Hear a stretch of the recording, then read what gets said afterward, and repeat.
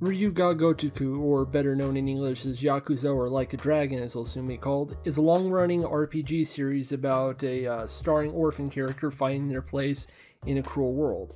They are forced into morally ambiguous situations, have to face down political and criminal corruption, and form strong bonds with others they share struggles with.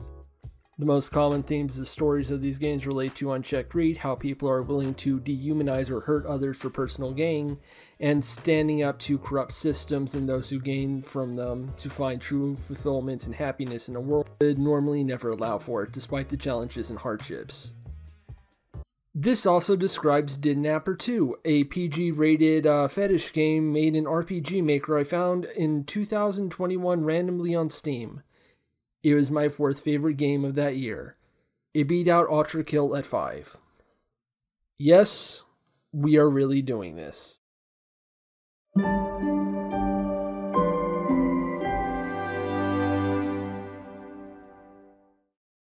You wouldn't think a fetish game would have so much to talk about, and that is because you are a simple person who does not understand how ridiculous a space the fetish gaming world actually is. These projects implode in complexity more than most anyone would imagine, to the point I have seen long-running projects with enough text in them to make a novel series. There are hidden events that require knowledge that would make the madmen who decided how to hide the hidden characters in King of Fighters 99 look sane.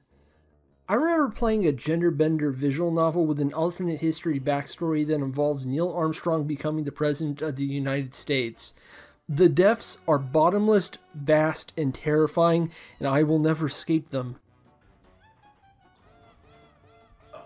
It's time to stop. No, this is not okay. It's time to stop. It's time to stop.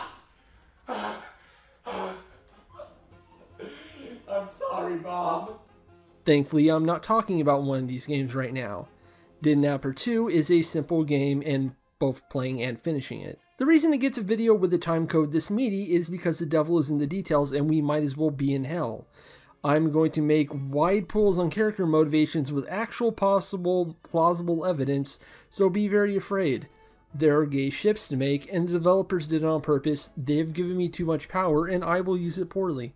You probably deserve some context before the mind poison though, so especially with that 2 in there. Long story somewhat short, the original Didnapper was a community-made fetish game, and it really shows. It was initially started by 2 friends as a little tech project. One of them got ownership by the other friend, leaving the simply named Ken to bring this to other like-minded people and see if they can make something cool about bondage and kidnapping. This approach caused complications. The development history of Didnapper is infinitely more interesting to me than the actual game itself, which I have tried playing twice and just could never get into it, not helped by technical issues a second go.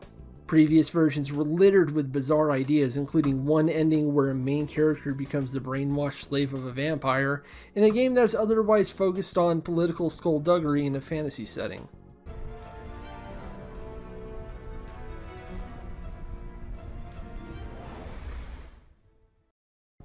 Oh my dude, you just got pranked. Bet you didn't see that one coming, huh? That's not even getting into the tone shifts, including one baffling version that had an optional side mission where you could kidnap kids. Yeah, that caused backlash, and I suspect a lot of people working on this were uncomfortable when they saw where the project was headed at the time. I feel comfortable in that suspicion because the final version chopped out all the more outlandish or edgy bits, leaving a basic fantasy story about a princess forced to join a kidnapping guild in order to figure out why her friend betrayed her and took the throne. The bad ends were toned down a great deal, and the most emotionally heavy being reserved for failing to beat the last bosses towards the end of the game. Alongside that were episodic chapters with villains of the week, including an evil pirate lady, and an ongoing plot revolving around an evil artifact being messed with by various mages that could potentially destroy the world. You even get the comedic awkwardness of the kidnapping guild, which were toned down just to be cartoon bad guys who mostly just collect ransoms. Kudos to the writer, they got to wrangle that game to something comprehensive. There were clear arcs and plot developments with a more real-than world, but I still have my issues. There are good ideas, but they struggle under the mess of the remaining ideas stuffed in. I think that final version still kept in a mermaid that wanted to destroy the world as a weird side thing that I think got like an ending slide. Don't quote me on that entirely. This version also kept in an area in the kidnapping guild where the various girls you had to kidnap get stored until released by the ending.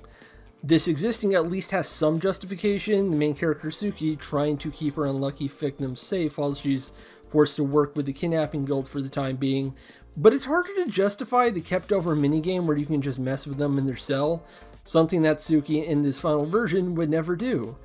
It was a leftover idea from when she was more of a villain protagonist, as are many of the ideas here, and it causes a good bit of whiplash whenever they pop up.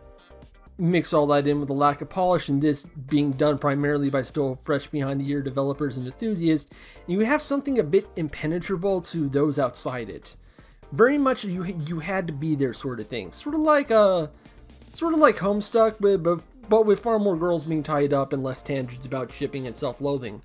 Though, fun fact, both do have pirates and canonical homosexuality. Food for thought. These days, Ken has a proper studio now called DID Games, which has 2 released games under its belt. The first one was an adorable little Yuri visual novel called Bonds, which included a photo shoot minigame where the girls would pose for bondage fetish pictures. Surprisingly wholesome, starts with a charming piano piece as the main character sincerely describes her obsession with being tied up in rope. I joke, but the writing was actually kind of refreshing how emotionally vulnerable the characters would be. Not being afraid to just be sincere about the fetish that kind of brings them all together. Fetish games tend to cower out and hide behind jokes, highlighting how weird they are, and it rarely ever works. This feels dishonest, like the developers are embarrassed by what they made. The humor is never aiming to laugh with the audience, but sort of deflect. Bonds is one of the rare exceptions to that rule, and I respect it for that. Their second game was originally going to be called Silk and be pirate themed, but as development went on, everyone looked at what they were making and realized they were just kind of making Didnapper again, and well, here we are. So how do you turn the foundation of the original community-made game into a $20 commercial release with proper polish and a development roadmap? The first step was to distance the story from what came before, and I'd say that was the right call. We have a new setting and cast, but a lot of the old rules still apply. Even has a strong opening for both old fans and newcomers alike to set the stage, and one that had me hooked from pretty much the start.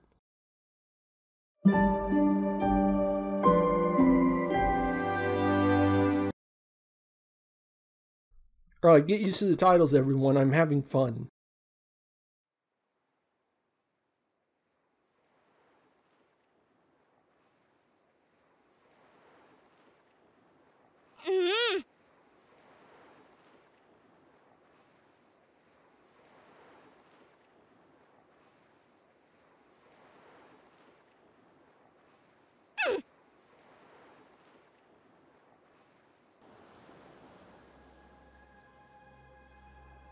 The game begins with our heroine, Celeste, waking up somewhere unfamiliar, tied up and gagged, and remembering how she got there in the first place via flashback.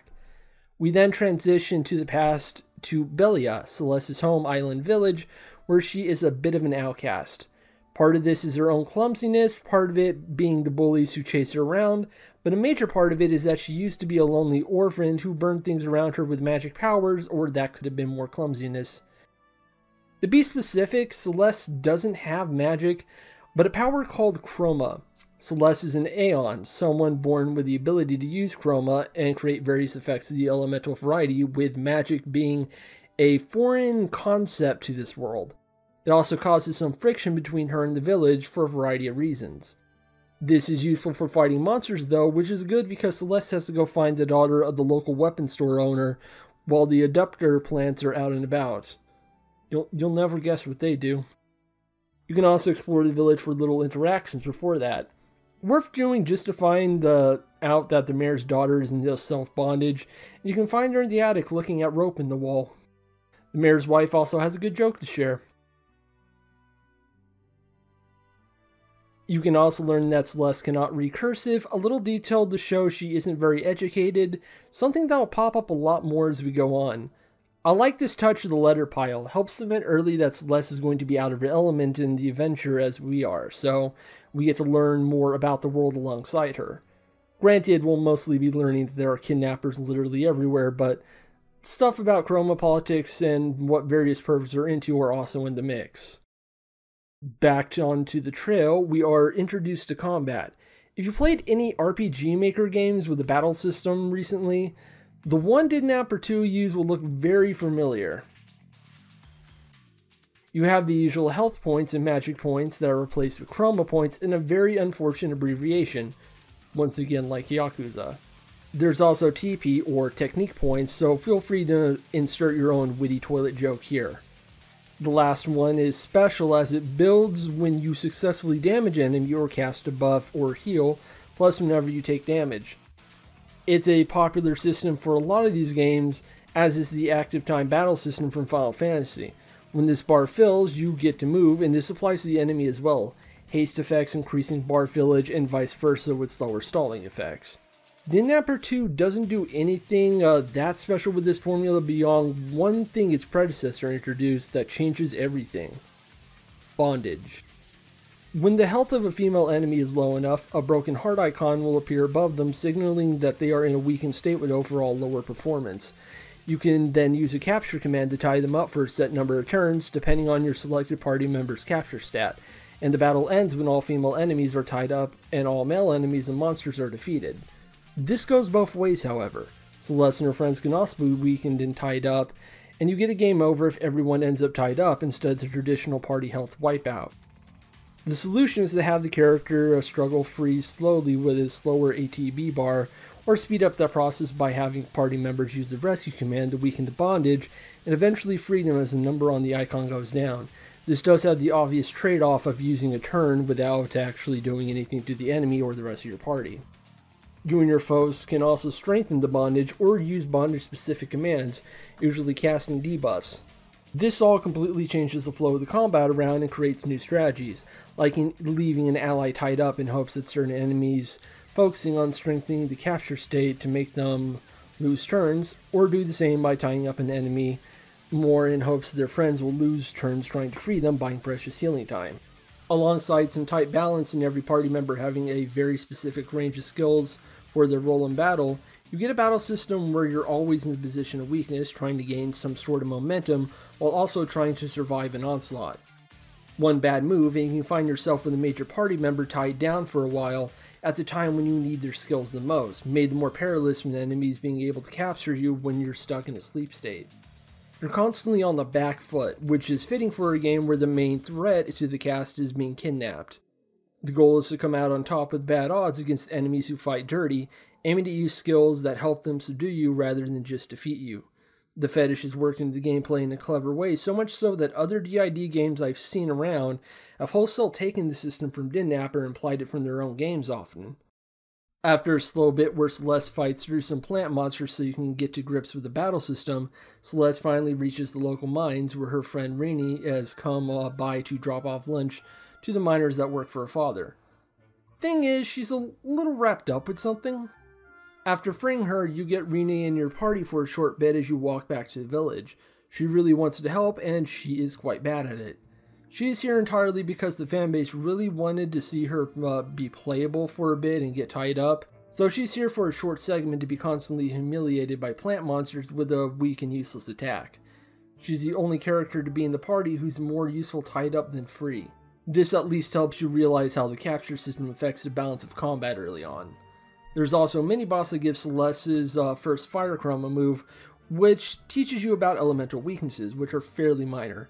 It's usually just a rough 30% increase in damage instead of the full double power if you're lucky, but those numbers still add up pretty quickly. I also like that Celeste mentions that she's been working on Fire Chroma but hadn't quite figured it out yet. Maybe the orphanage thing is where she burnt something was due to experimenting with that. Bringing Rini back to the village has the two converse and we get an idea further of how this world works and why Celeste is having so much trouble fitting in.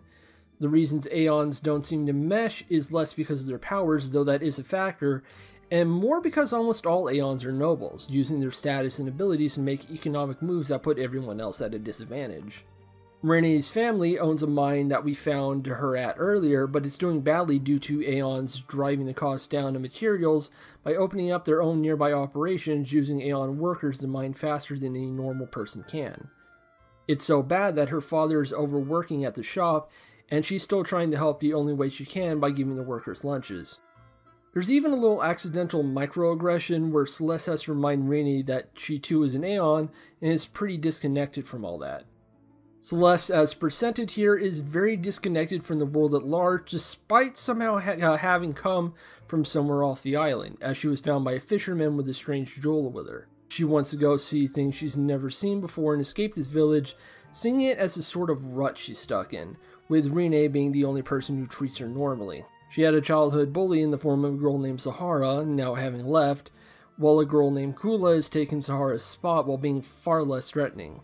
What was normally a tough life on the island as an orphan is now a mind-numbing one, yet still lonely due to Celeste's general awkwardness and status as an Aeon, making her not really fit in with the rest of the island, them staying distant from her. I think it says a lot that Celeste's closest friend, and right now seems to have a pretty casual relationship with her. Renee seems to have a bad handle of Celeste's sore spots, and has a pretty clear bit of an inferiority complex due to not being as capable as her, Chroma or no. On the other hand, Celeste is overly confident, and seems not to think that highly of anyone on the island, and while there doesn't seem to be any venom to that, I think this informs a major flaw Celeste has to contend with later. For now, the tutorial continues.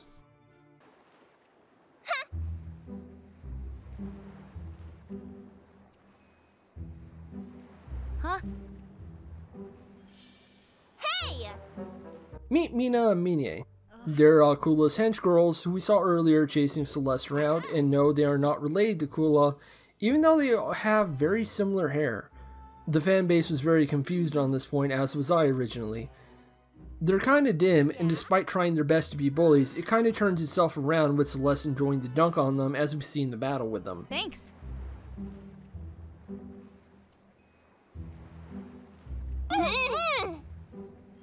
Pretty easy, as is the following boss fight that goes down after Renee seemingly betrays you.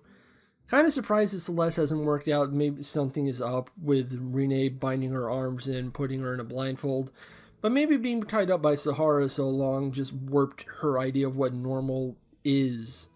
The scene is a tad confusing as the game hadn't really had a story update going into the fine detail, but what you can make out is that Kula is threatening or blackmailing Renee in order to have her bring Celeste to her, only for that plan to fail because, as we see on many more occasions, Celeste cannot be contained by mere ropes.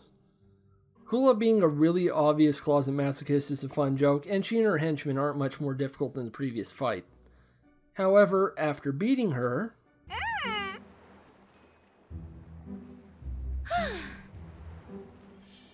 Huh? Hey! Idiots.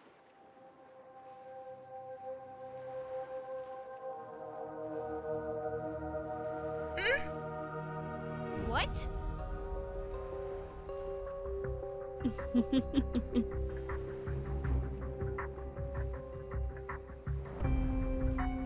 Yeah.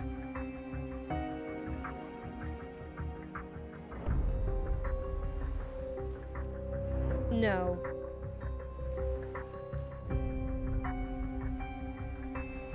We now have a mysterious masked woman and her own private army, and by mysterious masked woman I mean Celeste's childhood bully Sahara. Kinda surprised Celeste didn't figure it out from the start, not like the mask hides the face. I swear I almost put in a Green Lantern movie clip in here. Be thankful I'm too lazy to bother. The fight is a complete curb stomp, quite literally impossible. After all, if you beat her, then we have a dead Ocelot situation on our hands, but with more bondage. You can probably figure out a lot about Sahara already. She seems fixated on Aeons and being stronger than them, directly insulting Celeste for failing to beat her by directly pointing out the rep of Aeons. Also, she is likely working for someone, as her and her gal Friday, Bianca, were arguing over if this is the one they've been after. A lot to ponder, but no time for that as Celeste gets put down for a nap. Go to bed! We then return to where we left off as Sahara enters to make clear that yes, she is Sahara, and also to bully Celeste. You know she's serious business because she keeps the evil plan to herself, a true rarity and sign of unexpected competence. Her henchwomen are another story. I don't think the blindfold is going to be as big as a difference as you think it is. We're introduced to the escape minigame here, which has gone through some changes since I started getting this footage, so you may notice differences at points. One change was the perk system, where leveling from successful escapes gains upgrades every 5 level or so. Now this has been switched out for a skill system, where you can unlock skills from a new menu as well as toggle them, as many of them now have pros and cons. They also all help in some way, giving you help with struggling, moving once you're not bound to something, seeing and using items, or interacting with guards. Just choose your options accordingly, escape before the timer is up, and hit the right buttons as they pop up to weaken your knots. There is some added strategy here, as Celeste can be put in a handful of poses and ties that create different restrictions or add extra steps. A hog tie, for example, requires that you remove the binding knot before you can work on anything else, besides gags or blindfolds. The latter removes your observe option, and gags make it hard for you to be understood by your companions or guards. You might also have a distraction, which weakens your struggling, that just requires a new wait command or focusing on the face bindings to wind down, the distraction going up as you try to work on other knots. Just focus on freeing your wrist and you're golden. Once the wrists are done, that's it. You also get introduced to the lockpicking minigame, where you have to match arrow prompts. While we are using it on the door here, expect it to pop up almost entirely for chests you find in the world from here on. The ship also introduces us to the stealth system, where you can knock out enemies by walking into them from behind and doing a minigame where you press your confirm button when a red line is inside a white part of a circle. There is some lag, but it's easy enough to learn. We also learn that if we fight an enemy and end up losing, most areas will have the enemy tie us back up in a previous cell or a major enemy camp somewhere in the area. The only game overs from fights come from monsters and certain major battles, with a few exceptions. Otherwise, if you fail to escape when you're recaptured, then you get a proper game over. You can even hide defeated female enemies in spots marked on the area when you grab them. This is important as it prevents them from being waken up by other enemies or waking back up themselves and returning to position when you leave and return to an area. Knocking enemies out with stealth still nets experience and money, but not skill points, something to remember for later.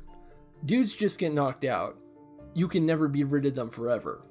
Monsters also tend to respawn when you return to the previous screen, but are less aggressive in chasing you down than the male or female enemies. Humans will chase you down for a very long while. It is hard to shake them. We eventually get into Sahara's room after a few more knockouts and can check on a few things. This map is particularly important, showing that the setting is actually fully thought through, unlike the vague names of the previous game. For reference, Celeste lives in the Hitagardian Protectorate of the West on one of the small islands. The Riftian Alliance runs things in the east, and the adventure we'll be having will mostly be in and about the Idrian Empire in the center. We'll get more on the cultures later, along with that one island called the CRC. Notes on the table show that Sahara is pillaging ship, though she says she's not a pirate. Curious. More curious is a letter we find.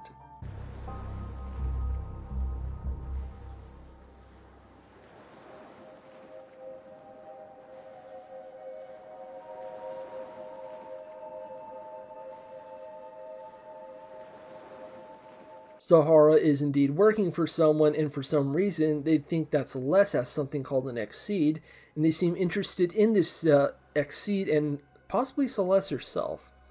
Celeste, being a mildly literate free sword who spends a lot of time humiliating bullies, has no idea what all this is about, but she does know she needs to leave, and gets lucky with finding a lifeboat. Zahara doesn't take it well.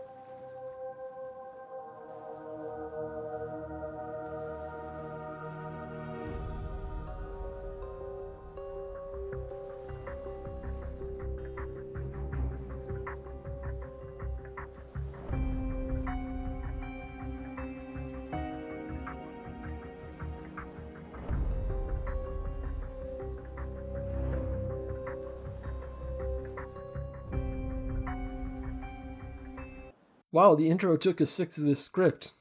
Good God. Be very afraid.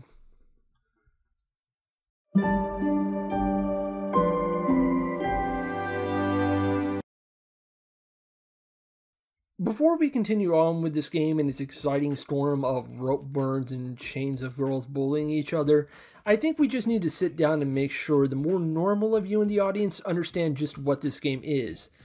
I imagine a few of you have already figured it out, and some of you have some weird glares going on, which is understandable. Didnapper 2 is interesting because it doesn't really feel like a fetish game to those uninitiated with a fetish, beyond obvious basic bondage stuff that's pretty general. The moment you do understand the core fetish though, you start to pick up on the constant stream of, for lack of a better word, horny, far more than it initially seemed. You see how the often playful or grim music fits a scene where someone ends up captured by another party. You notice that they got the voice actresses for the girls to make unique muffled sounds with clear emotion. You notice a certain repetition of certain scenarios and antagonist types. It's in the title of the game, you see. Didnapper. D-I-D Napper. This is a pun title, DID being an abbreviation not just for dissociative identity disorder, which is most certainly not a fetish, or at least I hope to God it's not, but for damsel in distress. You probably know it well. You're a breathing human, you watch and play through media, maybe read some media, yada yada, so you've probably seen this character device before. Pretty girl gets put in a perilous situation and needs to be rescued or rescue themselves through their own wiles. Princess Peach being kidnapped by Bowser, a girl tied up and left on the train tracks, Lois Lane in trouble with a supervillain, so on and so forth. You can probably throw totally spies in there, as you can usually bring them up in relation to most any weird internet popular fetish. Like most fetishes, this scenario has awakened something in a lot of people, and it's become a fetish in the BDSM community in particular. It isn't hard to see why with the focus on power imbalances, and it's a good excuse for bondage. Didnapper in particular is very in the weeds on the subject, baking it into the scenario and into the core design philosophy so that the main cast end up in distressful positions, occasionally getting to return the favor with an odd bit of cheeky self-aware winks from the more perverted characters. It's why the capture system is there and why the plot of these games revolves around abduction or imprisonment scenarios. It also uses the fetish for a surprising amount of genuine drama and a good deal of humor. Make no mistake though, the story of Didnapper 2 is taken very seriously in universe. Characters never really breaking from treating threats as they should be treated, unless they're in positions of power, at which point comedy ensues. This means that it has an advantage a lot of other fetish games struggle with, having a layer of appeal to more casual audience by not leaning into the fetish theme too much on a more obvious level. There are stakes, arcs, and likable characters. Sexual aspects of the fetish are mostly downplayed or subtext, with some exceptions, but that core audience still gets the scenarios they like so much, constantly explored through the whole adventure, and pick up on the implications thrown out here and there.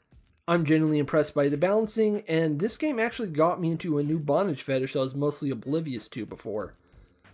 Though, if you think I'm saying it's chased no. Oh no. The sheer amount of rope bondage in this game already makes it clear what type of game this is, even if it never really goes in the really obvious direction with it, to the point it doesn't even have nudity at any point in the game. It's just not what you expect from this scene, where most games are structured around how fast they can get to the boobies. It's honestly refreshing to have something a bit more reserved, and it's given this game an ability to break out of its usual niche just a bit.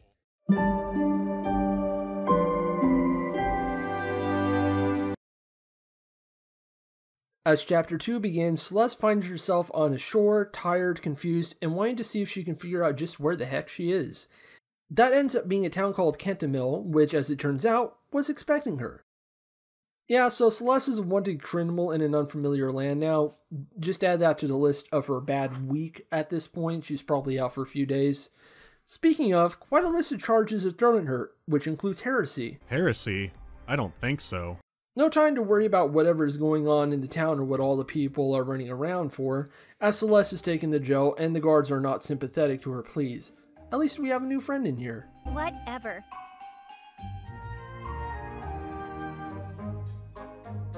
I don't care. She seems nice. This is Aiden, and in layman's terms, she is here because she tried to make a robot with AI created via a chroma crystal called the hexacore, given human brainwaves via radio transmission. She says it kind of worked, as the guards charge her and Celeste to go stop her creation. As for what kind of means, probably has something to do with the scores of women left tied up around town. We get a little gimmick battle once we find the robot, as Aiden very much does not want you to destroy her expensive robot for understandable reasons. Thankfully, all you have to do is use this surrender command to let the robot tie you up when Aiden requests you to do so, distracting the machine, and then use a special repair command with Aiden. After that business is done, we get a little scene between the two that fills in a few details. This is where we find out about Celeste's mysterious origins, that this jewel she carries with her seems to be a keepsake from whatever her life before the orphanage was. We get clarification from Aiden that this is indeed an Exceed, an extremely rare jewel owned only by noble families, only 4 or 5 known to even exist. It has the ability to amplify the user's natural chroma abilities, which could be why Sahara captured Celeste. We also learned that Aiden used chroma cores in her blasters, allowing her to use chroma from these crystals, even if she isn't a natural Aeon. Huh?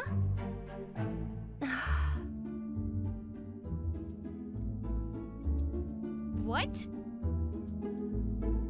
Are you stupid? Yeah.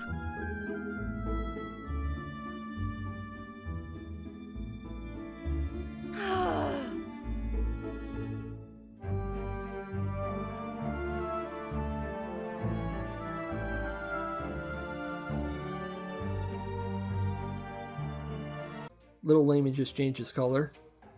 Old tricks won't work, and using Aiden's think command will never lead to her having an idea to solve the situation, so just go ahead and trash it properly and save your healing potions. You will need them later. Okay.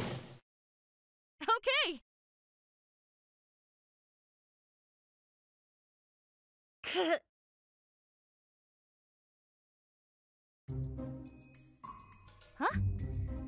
Aiden is understandably upset by this, especially because she spent 9 million gold to build this thing. She wants Celeste to fork over the gold, which she obviously doesn't have, so she's following along until she gets paid back. Congratulations, Celeste. Your first party member is the feisty gazetteer Susundre who hates your guts.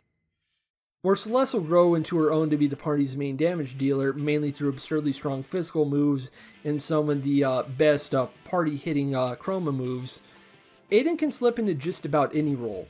Her blasters have a unique gimmick where you can swap her crystals out to get different sets of chroma, each crystal having 3 to work with. It even changes the element of her base attack.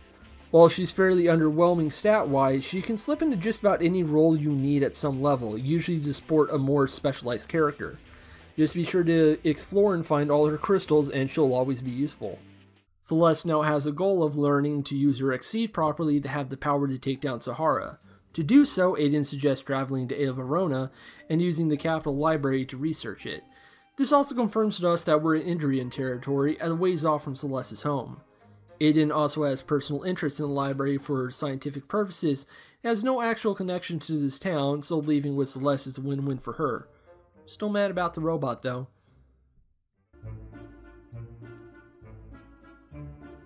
That is the only F-bomb in the entire game and it is very well selected.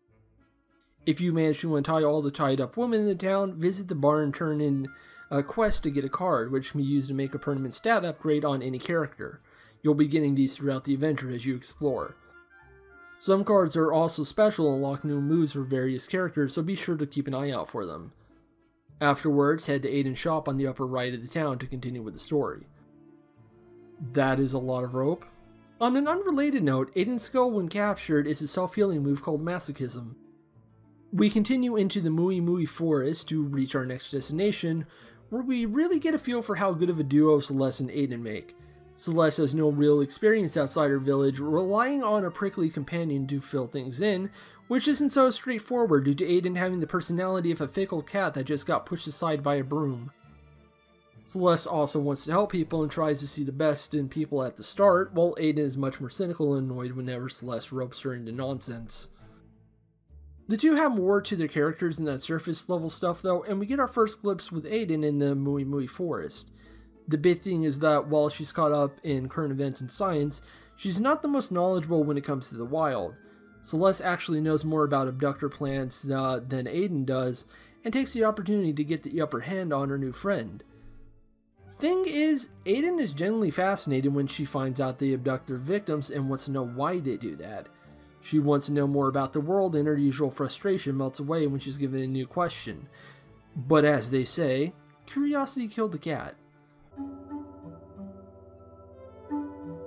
Hey! Filthy prank! The forest is also a good tutorial area. We get introduced to our first wild bandits, complete with dummy chests they set up to surprise easy marks. Thankfully, this won't be a common thing later, but we will see it pop up here and there when you least expect it. You can even lose to the first we encounter and be taken to their camp in a unique event. This can potentially get you to skip over a side quest though, which only triggers if you enter a certain area from a particular direction. You have no reason to return to Aiden's town, so you may skip over the entire moment without even knowing about this. This also locks you out of 2 more quests that can be only unlocked by getting that first quest done.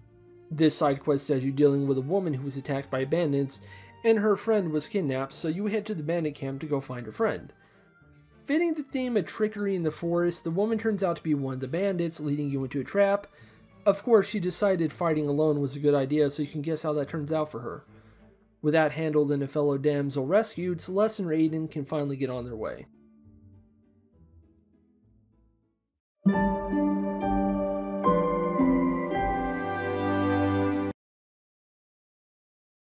Welcome to Capulet, the biggest town Celeste has ever seen in her life, despite it being fairly minor in the grand scheme of things.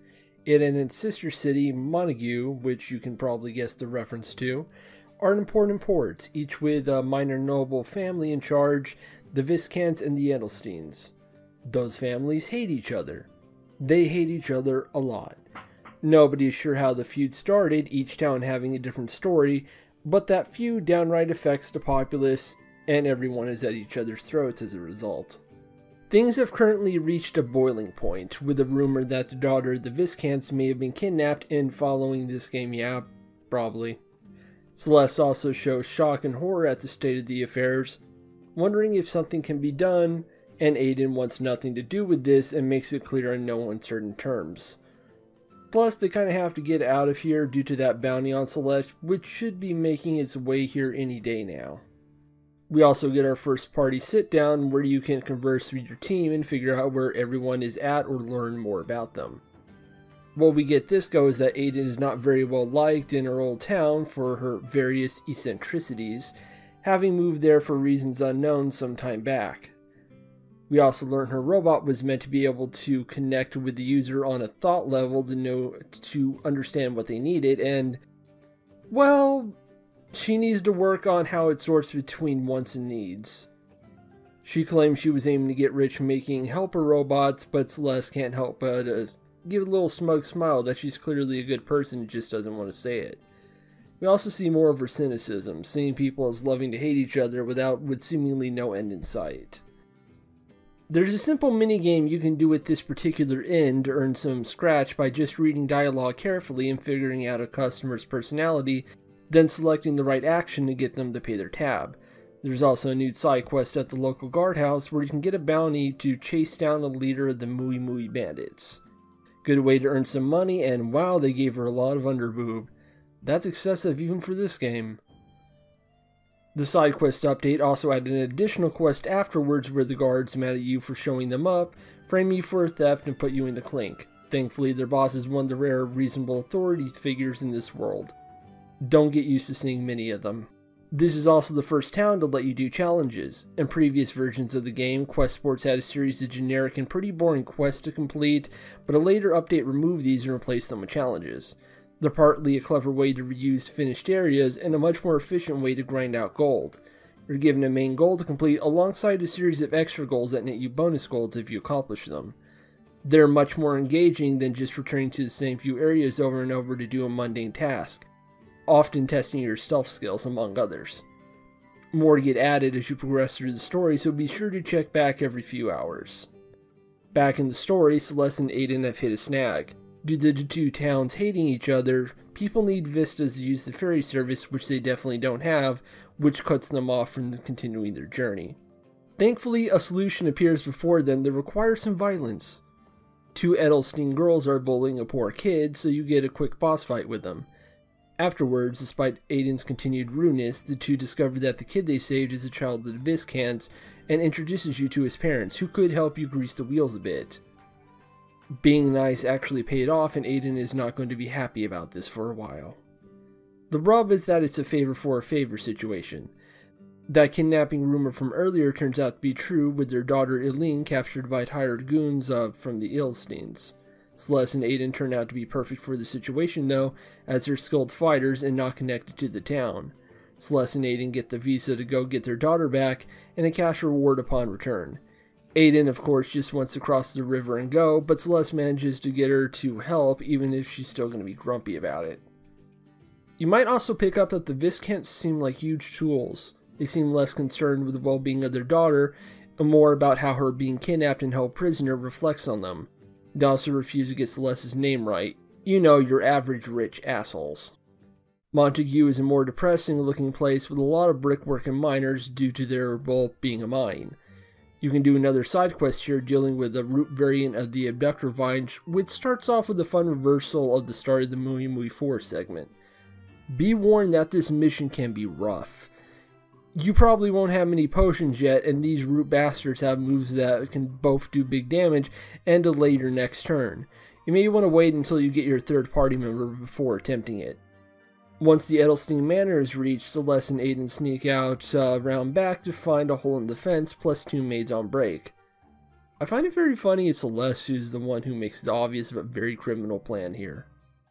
After a short battle with some maids, the two have their disguises, and Celeste does an accidental flirt, which unleashes to sundry fury. The real maids get put in a crate with Celeste saying someone's sure to let them out soon, and the game is on. We get one of a few Didnapper 1 cameos in the form of Natalie, who used to be a royal maid who basically ran an entire manor a continent away. Now she's here, probably because she'd rather get away after the mess Suki and the other royals put her through. She has a redesign here that gives her a much stricter vibe than her previous version, which definitely fits her role here better. What follows is taking food to various guests of whatever party is going on, picking up what details you can from their conversations. You can talk to the guests and learn some little details like nobles not born with chroma are looked down upon, and that one guy keeps trying to send a marriage proposal to Lady Casca at the manor, yet to no avail. Eventually, you overhear Casca deny the kidnapping rumors, but that seems to put her on edge as she leaves to go take care of something. The girls follow, but Aiden stops them for a bit to get out of uniform because she cannot stand being cute, unaware this is her default appearance. Celeste follows suit, a bit frustrated, and with very bad timing. What?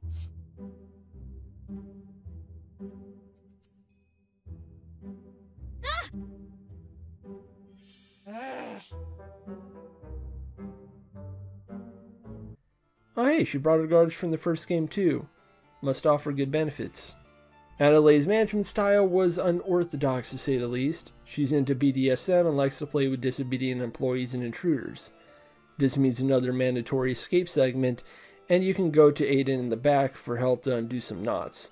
Celeste even manages to coax the thanks out of Aiden afterwards, which is no small feat. The manor is heavy with male guards, which makes backtracking a bit of a pain, but at least you can get their patrols down pat.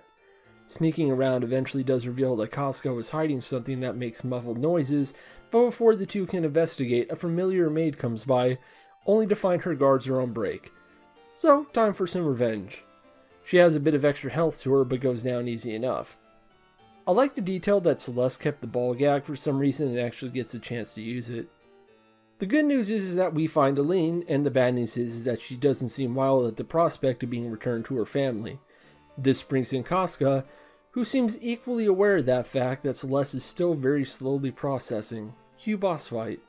Casca is weirdly not weak to fire despite having some sort of ice theme in her design, or at least I think so, but she's also resistant to earth. She's not a major threat despite the lack of weaknesses, like most story bosses for a little while, so she's easy enough to deal with. You then have to take Eileen out of the manor through your earlier entrance, which introduces a mechanic you may not have noticed before. If an enemy catches you and a fight starts while you're carrying an unconscious foe, Celeste will have a delay in combat due to lugging someone around. Nice way to bring that up, but I never really had to contend with it before. Once outside, the two have a talk with the now calmed down Eileen and discover that, while being kidnapped by Casca wasn't ideal, She was treated pretty well by her until this recent tie and gag stuff due to Casca being scared Aline might make a noise during the party and alert her father, who was not in on this kidnapping stuff.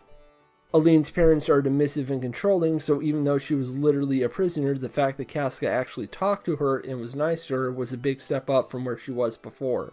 Better than being Casca's captive than a prop of status.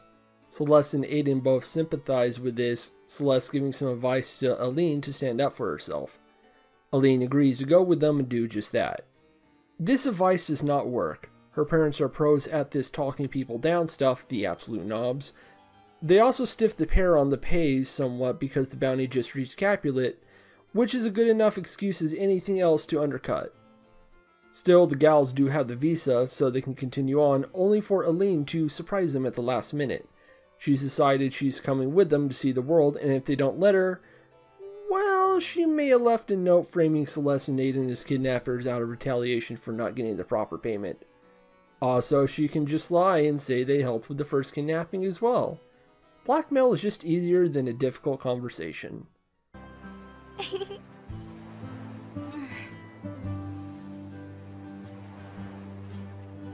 Of course. Aline is one of the most useful party members in the whole game, getting an extremely useful water chroma with a mess of healing spells. Soothing Mist in particular is a lifesaver. It originally had a hard party heal, but this has been modified so that the heal is nowhere near strong, but gives a rejuvenating healing status for a few turns, meaning you don't have to focus on spamming the spell late game. She also gets an air chroma attacks that can confuse enemies, special melees that can paralyze, and a lot of party buffing moves. Expect to have her in your setup a lot, especially as she's one of the 4 along for the ride for the majority of the game. Also, while you're in Montague, there's another side quest that opens up revolving around another Romeo and Juliet situation, as a man named Rowan wants you to take a letter to his love in Capulet. Turns out he's actually her stalker and not well in the head, and you can follow the girl's advice and lie to him, but you'll miss an extra boss fight and the best reward of the quest. Granted, telling him the truth just leads to him tying the girl and beating up her boyfriend, but hey, you fix it eventually.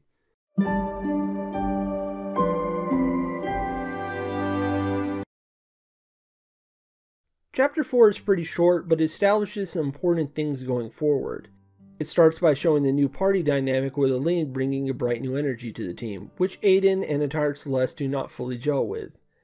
After a disappointing tavern stop, Aiden suggests that they should stop at a town called Lannules before going back on the road to the capital, though a waitress gives them a heads up that things have been particularly messy there lately. Aiden tries to interrupt with insults, of course, but thankfully Celeste manages to be more of a people person. Lannules is explained to be a major hotspot due to the presence of a chroma spring, so guilds fight over it all the time. A new guild called the Tainted Daggers, however, have proved to be more troublesome and are supposedly holding the spring for an even bigger guild. The citizens have moved out, but Aiden is still dead set on a visit. When asked how she knows so much about the town, she just says she reads books, unlike a certain someone, which in all fairness is an accurate comparison. Aiden also gets Aline to drink, and should not be trusted with the drink tab. In another party combo, we get an idea of how close Aline is to her little brother, also get no real answer on if she was picking up what Casca was maybe putting down. Hard to tell if Aline is lying or not with the politician lineage. We also get a bit more world building. Nobles seem to take a lot of stock in their bloodline having chroma abilities, so if one isn't born an Aeon, they pay for a special transfusion to give them the abilities. The actual power at their hands seems more like an afterthought than using it as a status symbol. One night of sleep later, and Aiden has left the party to go to the town being taken over by an extremely dangerous and sketchy guild, so, well, we have to deal with that now. Before we leave, go to the kitchen and you can get an early warning of what's coming later. That the second guild involved is something called Dark Havoc, and they're the real deal. Guess it's a good thing Aiden is a masochist. One quick road trip later, and we're already captured in record time. We end up in a cell again, but this time, instead of the usual escape sequence, we meet someone interesting.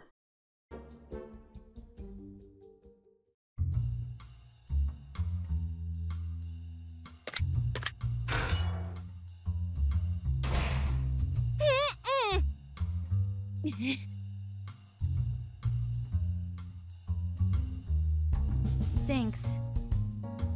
What?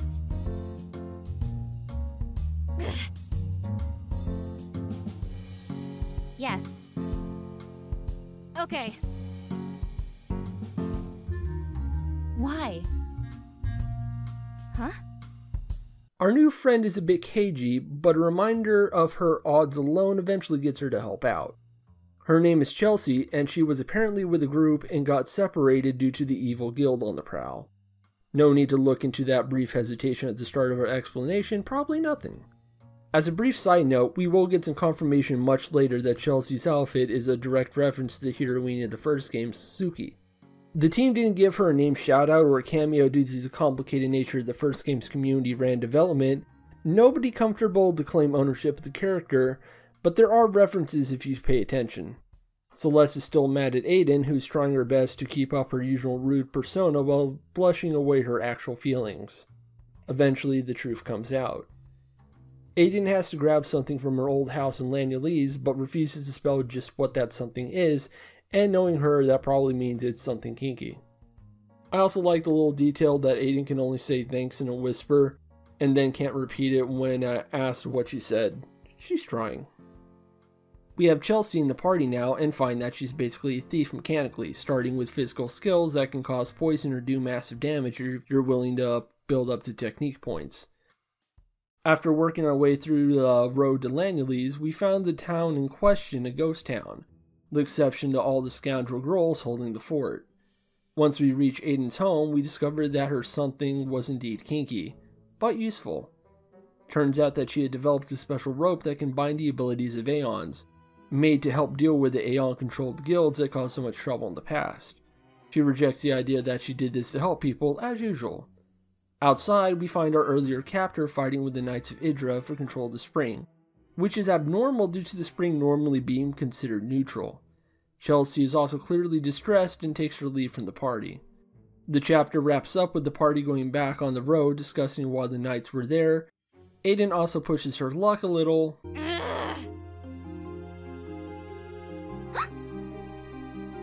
Hey!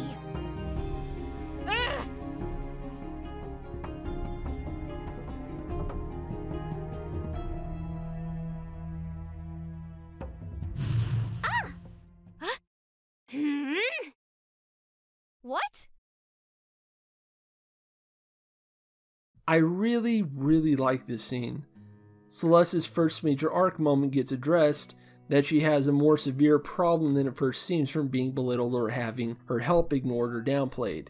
You can argue it comes from many places, but her vague, often polite alienation in her village has left her in a weird state where she tries to be helpful to others and see the good in them at start, but can react more negatively than expected when that goodwill is disrespected or ignored. It's also the first time Aiden is pushed out of her usual rut, which we learn later seems to be stemming from similar feelings of being dismissed by others, acting as a sort of defense mechanism. Celeste tries to be helpful, and Aiden pushes people away or keeps them at arm's length. Celeste accidentally sparking a fire chroma in the heat of the moment is going to be very important later on. That one moment established a lot that's going to be central to later conflicts, but for the moment, thanks to help from Aline willing to break through to both of their fronts, the two are able to become actual proper friends. Ignoring that blush and the implications of that, they're gay, I'd just like to say I like the touch that Aiden doesn't get mad after the shock, but instead gets lost in her thoughts as she puts together something about how chroma might work. More on that later. We finally wrap up Chapter 4 with the introduction to the camp. You can come here via the fast travel system to practice escape and grind for escape XP at a penalty in the right tent. The upper one has a bed to sleep in and a sound test to enjoy the game's music, which is quite plentiful. You can also do mock battles with the sword, where the party can actually fight each other to grind out skill points.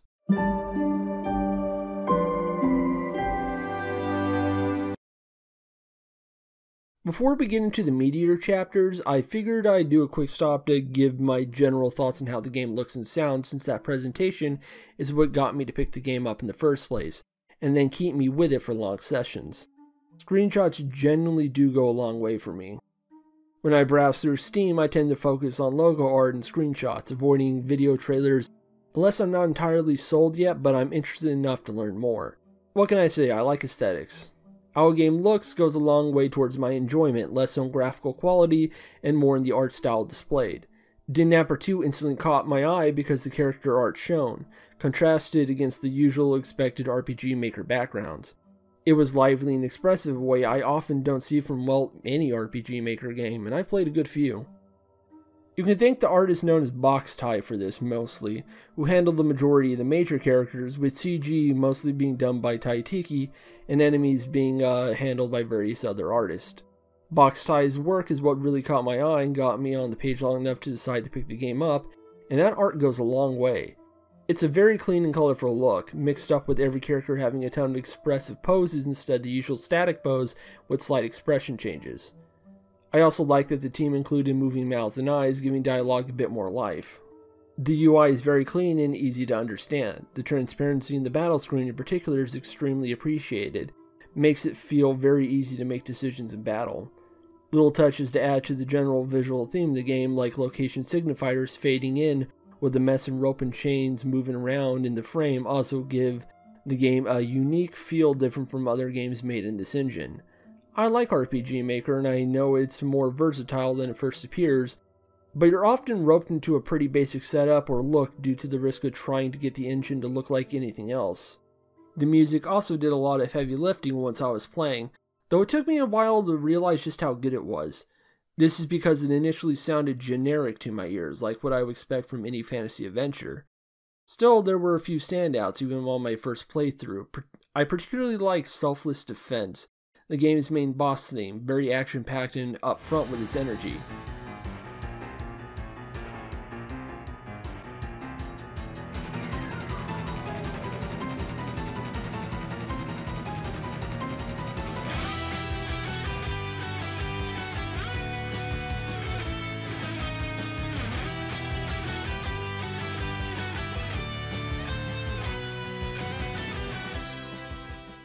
I also love Aiden's theme, Machinations, a very goofy sounding mess of clinks, clanks, strings, and low horns that creates something that sounds very orderly yet scattershot. It fits her personality like a glove.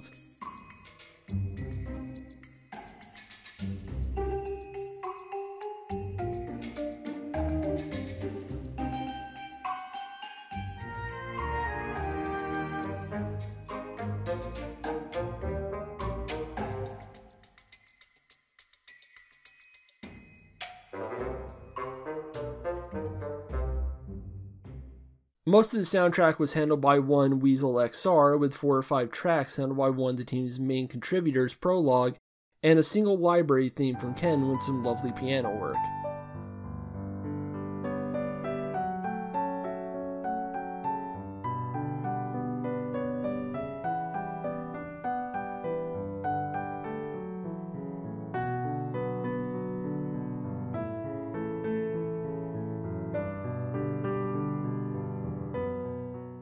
There's also a lot of town themes that have grown on me as I've come to not only appreciate their sound, but just how much instrument work is in there, and it really meshes together to create a fairly lush sound.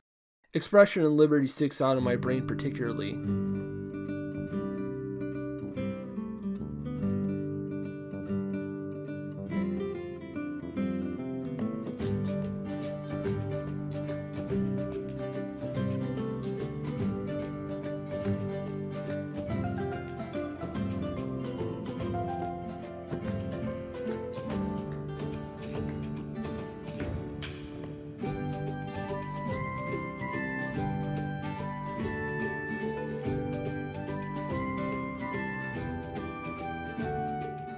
It's quite varied, as I'll show the further we get into the story.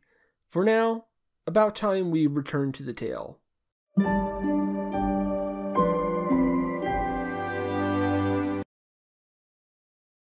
After a stay at camp, we arrive at Port Telenor, with the girls needing to find a ship to get them to port.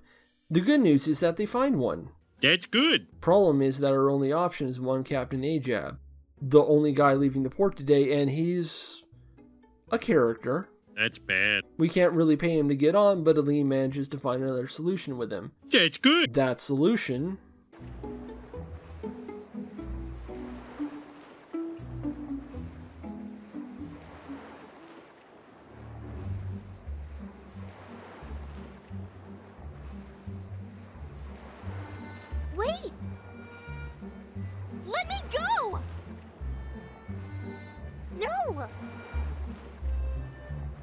Huh? Well... You've got to be kidding me. Can I go now? Yes, I'm sure that's what that blush means. Ajab needs us to entertain the men so they don't unionize, probably because the pizza party would cost too much. This consists of doing random shenanigans below deck, including hopping to fetch an apple, the hopping due to tied ankles. Then, you go above deck and have to figure out how to gag talk a message to Aiden, followed by a barrel escape. There's also a guy up here who has a dream of tying up a mermaid, certainly a lofty goal. You're probably in the wrong game for that one, though. Before the crew can tickle the trio, and that is the weirdest sentence fragment I've ever put into a script, the ship gets boarded and the entire crew abandons the ship, leaving our entire tied-up party to deal with the pirates who just took over. Their leader is named Colette the Cruel, which is probably a name with a heartwarming story attached. More worrying is that she seems to recognize Celeste, specifically as a girl with an X seed. One ship transport and escape later, and Celeste finds that she was placed with someone Colette called a special guest earlier. She introduces herself as Liliana Gladshim, the second princess of Idra, and that raises more than a few questions. She explains that she's here due to being in conflict with the royal counselor of her country, one of the three major powers that alongside with the royal family in the church. She believes that they are corrupt, and they are aware of her suspicions and often send her on wild goose chases to keep her out of their hair, with an ambush or trap here or there. Things have recently escalated, as the council seem to have made use of Colette's crew to sell her off and keep her out of their hair for good. A very bold move that caught Liliana completely off guard. Celeste believes her right away just because she has a genuinely good sense of a person's character. This seems to be an accurate read, as she agrees to help Aiden and Aline without a second thought, and then reveals that she trained as a royal knight and joins the party. Liliana is one of the few non-chroma using party members. Instead of spellcasting, she works more as a slow tank who can use TP to block blows aimed at other party members or save up for stronger attacks. An update also gave her a new skill called Rationing that allows her to use items as an AoE, healing more than one party member for a single item. She's best used as a meat shield for your squishier party members, having her as an otherwise straightforward set of physical moves. She also proves that she knows what she's doing by coming up with a plan of going after Colette directly to take control of the ship, with a violent metaphor to boot. When Aiden votes to just steal a lifeboat, she reveals that she wants to hear from Colette directly that she was hired to kidnap her, and volunteers to go alone so that the others can escape. Aiden is thankfully outvoted and the plan goes into action. Colette the Cruel indeed. She is the official wake-up call boss of this game. The Tainted Daggers were a step up from previous enemies, but now we have a boss who can fight and use triple slash to bring one of your party members right into a weakened state off the bat. Get ready to go through some potions. After the fight, Liliana quickly asserts her dominance, and information spills as Celeste is getting a lot of Kula vibes from this murderous pirate. Kudos to the actress for doing such pathetic pleas in that bizarre yes. Yes. She definitely knew what she was doing. All we get is that a highborn woman of some sort hired her, but details are scarce due to the villain wearing a hood. As for taking control of the ship, it manages to be quite easy due to Colette offering to have them to take the girls to a proper port. That might have something to do with her realizing that her crew could abandon her without a second thought, probably due to all the threats she gives them all the time. She is also quite enthusiastic about the prospect of being tied up again. Celeste has a thought of revenge as she's reminded of Kula, meaning she still has some development to go. Aiden just enjoys herself a good deal while bossing Colette around, while Aline remains oblivious to the idea of fetishes.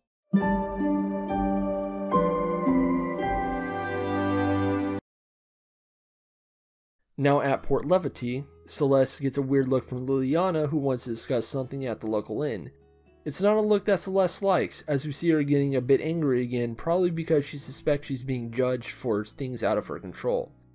After her childhood, it's not too surprising that would be an issue with her. Hey. Oh. Oh. You can't catch me, gay thoughts! Liliana is understandably concerned about the Exceed, and we get Celeste explaining about the fisherman who brought her to the orphanage after a woman begged him to take her baby. Liliana is surprised because exceeds are strictly enforced, the only ones who can use them requiring a special license and training, and they're usually wealthy and noble.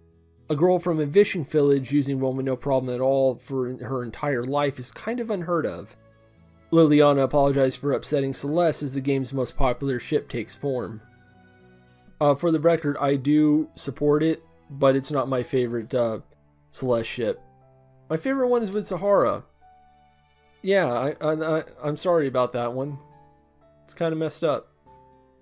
The only combos worth bringing up right now are with Liliana. She is not an Aeon and has also decided not to get the Aeonization transfusion to become one, instead training with physical combat to try and become a bridge for the common people for the sake of the country, showing that you do not need chroma in order to be someone of influence. She's also distant with her brother and sister and doesn't want to go into any sort of detail on the subject, so best leaves sleeping dogs to lie. The group decides to head through the Grey Wind Pass to reach their next stop, which just so happens to be loaded with bandits, as, you know, is expected at this point. This area is pretty winding and the first sign of the game opening up proper, with treasures to find tucked away all over the place. There's even a neat area with 2 levels, lower and upper, that creates a sort of mini maze to navigate. As we near the end of the road, Liliana stops the party as she can feel someone watching them. That feeling proves to be accurate. Oh!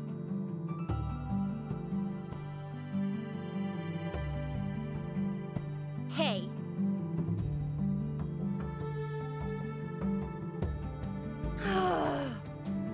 Grr. Ugh.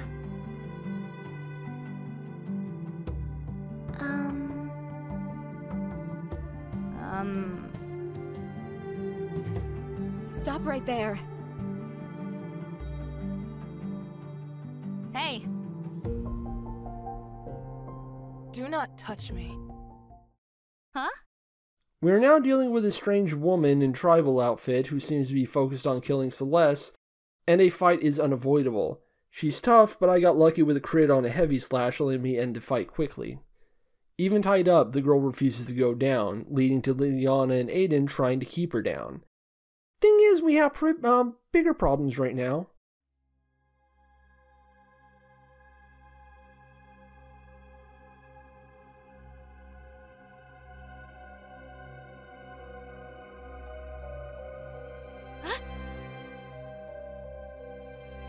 We also have an old friend pop back up from that mess at Aiden's old haunt.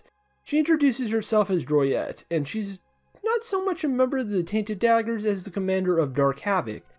You remember Dark Havoc, that big bad guild supposedly using the Tainted Daggers as pawns to steal a major chroma spring? Well, now they're all here to give us a bad time. So the thing about this battle is that you're expected to get dunked on, but you can actually beat it, earning you a mess of experience for your trouble. It's just very, very difficult.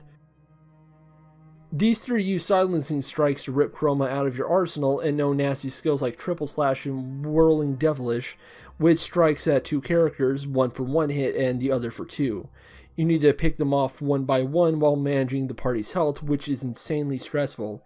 I did do it though, as you can all see, and it was rough for more than just a moment there. I would not recommend doing this, I am insane. No matter how the fight goes though, you're still vastly outnumbered, so you're going to get roped up either way. In an interesting bit of dialogue from Droyette, it would appear she is not aware of the council's plans as she wants to ransom Liliana. Some dialogue while she interrogates Celeste also suggests she is aware the council is doing something, but thinks that Liliana is acting as their agent to spy on some so-called rebel guilds. One off-screen interrogation later, and you have another escape sequence. The complication this time is that Celeste is separated from the party, and her only help at the moment is the girl who wants to kill her and does not want to talk. Both of these things remain true now. A slap and a good argument later, and she eventually understands that teaming up is the best option, but is still very guarded. She reluctantly introduces herself as Kay, says she has no desire to be friends, and also exists to destroy people like Celeste. Real people person. Kay is the 4th main in the group, one of my favorite characters in this game, and filling out the party with Aiden and Aline for a large chunk of the game. She's kind of unique, primarily using fire and dark chroma to inflict status elements and debuffs. These are actually really useful, making enemies have trouble launching overwhelming assaults. She also has really strong, high-cost physical skills, which make her useful for damage as well. She's a bit of a glass cannon though. Turns out Elaine may have not needed all that much help. With a few compliments and puppy dog eyes, she already had her kidnapper eating out of her hands, which she wants free so she can comb said kidnapper's hair. I mean, she was going to escape right after, but it is really nice hair. Aiden's guard just really likes blondes and is weird about it. The gang decides that since they can't seem to find Liliana anywhere, that they'll just have to go see Droyette and ask not so nicely for her whereabouts. Kay continues to help despite wanting to leave, because she makes clear she still has unfinished business with Celeste. She may also be inspired a little by how the party operates, but I doubt she'll ever admit it. Droyette is pretty tough, but nothing particularly new. She's also much easier after a patch, her release state being able to wear down a lot of HP far too quickly, though I honestly don't remember her being that hard before. As a risk of sounding weird, you know me, the guy who just made a very long video about an obscure and sexless bondage fetish game, I think Droyette's tied up art is cute. Throwing that out there. An interrogation minigame starts up here, which is similar to the trophy cell stuff from the first game and a modeling minigame in Bonds. You need to manipulate Droyette's anger, fear, embarrassment, and so forth to get her to spill the beans. Celeste using tricks Droyette used on her earlier off screen. I can't really show the minigame in detail on YouTube, or rather I don't want to bother with that headache, but you aren't missing much. I think these things are sort of half-baked as dialogue has to loop a lot for you to build her lower meters. Droyette reveals that she sent Liliana to the true leader of Dark Havoc on the islands of Camaris, that leader being named Dariana. Huh. I think I've heard of that name before, not sure where. Celeste gets the party to go there personally for a rescue since getting the guards at the capital may take too long. That just leaves one bit of unfinished business.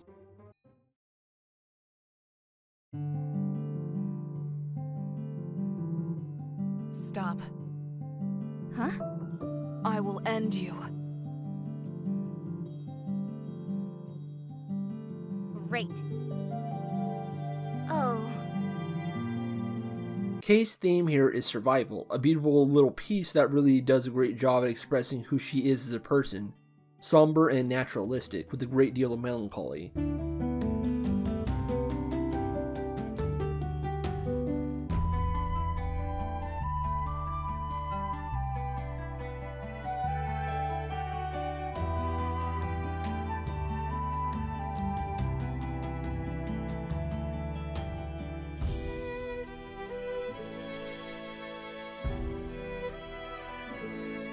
She explains that she comes from the third of the major world powers around here, the Rift, but is a member of the Extrazi tribe. She also happens to be the last of said tribe, and it's her tribe that is responsible for the existence of Exceeds, made from crystals her people mined. The tribe became split over trading these stones with Idria for their technology, and this led to civil war. That was particularly horrible due to the Exceeds. When people are in contact with them for long periods, their emotions go out of control, as do their chroma. Eventually they lose control and become monstrous. Quite literally. Kay has put it on herself to destroy the Exceeds, but she also needs to put down Celeste because she's most likely been corrupted by hers. To prove that she can use the Exceed properly, Celeste is going to challenge Kay in a one-on-one fight, fair and square. Kay's battle theme here, the last of her kind, is fantastic, a great cap off to this chapter. It feels grand and sorrowful, but with the growing drive and hope that overpowers the sadness.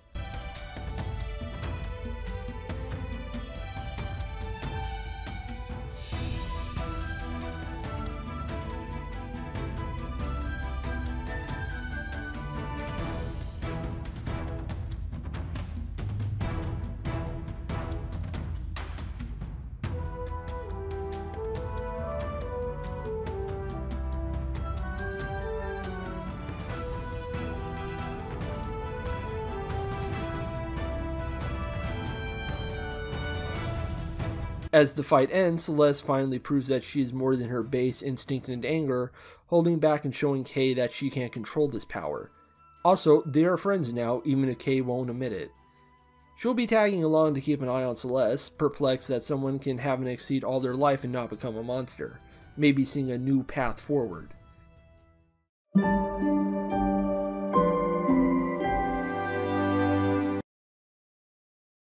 Finding a ride proves to be difficult, about as expected by now. Thankfully, a woman with toothpaste hairs offered us a ride. She introduces herself as Alyssa, which... okay, that one sounds familiar too. Huh. Well, she has debts, so she'll take you there if you pay, plus has experience with pirates, which... odd detail. Everyone can just about tell this is a trap, but we're out of options, so you can either give her 5,000 gold or whatever you have on her to continue on. Huh.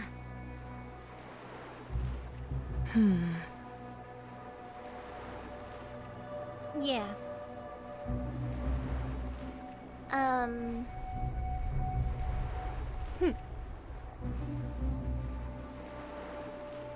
Huh?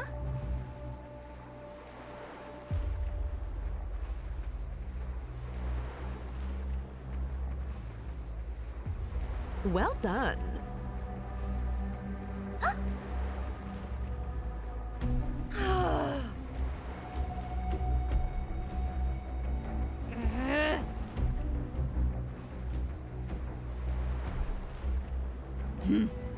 Oh, right! Dariana and Alyssa. So, remember when I said there were a few Didnapper 1 cameos in this game? These two are a part of that, and a fairly big one. They were major late game chapter villains in the previous game and more dangerous than Momosuke's past adversaries, leading the team into a trap and winning basically right away. It seems old habits die hard. Also, Dariana really got a glow up here, love the drill hair.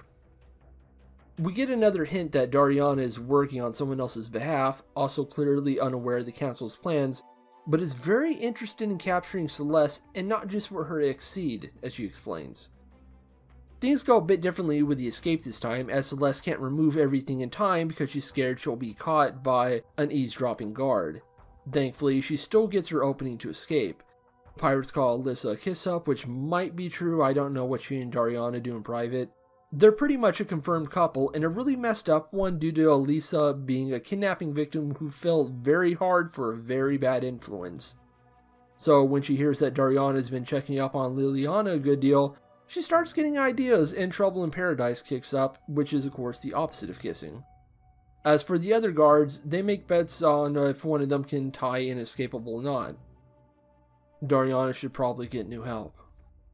One hopping stealth segment later, and the roles reverse as the party saves Celeste for once with a cute little fake out. Camaris is a pretty large area with plenty of treasure chests to scope out and a whole lot of pirates. Outside of just the inside fort, you have a spanning perimeter with a beach area alongside the mainland. It's surprisingly easy to keep track of everything, so kudos on the map design for this one. Upon entering the main offices, we get a major answer. There's a letter from Sahara here. No time to read it, but you could probably put 2 and 2 together.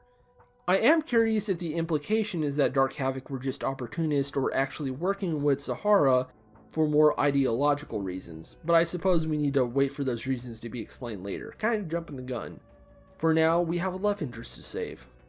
The quarreling couple have an argument over why Liliana is in her underwear, which is an understandable thing to draw negative conclusions over.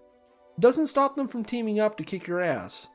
The two don't bring anything too tricky to the table, they're just a solid challenge to overcome. Just focus on one of them, Alyssa, and then mop up Dariana after, and it should be over fairly quickly. Okay, not necessarily quickly, Dariana can take some punishment, but you can make it through. Liliana now saved, the team discuss a way to get off the island, but for once a scrappy plan isn't needed as a cavalry actually arrives.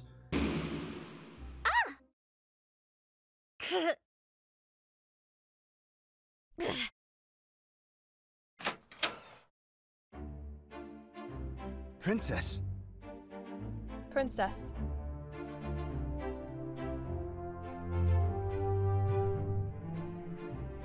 What? No. We get to meet Elise and Riker, Liliana's retainers and personal guards. Their legion has already mopped up the rest of the pirates and are grateful that we took down Dariana.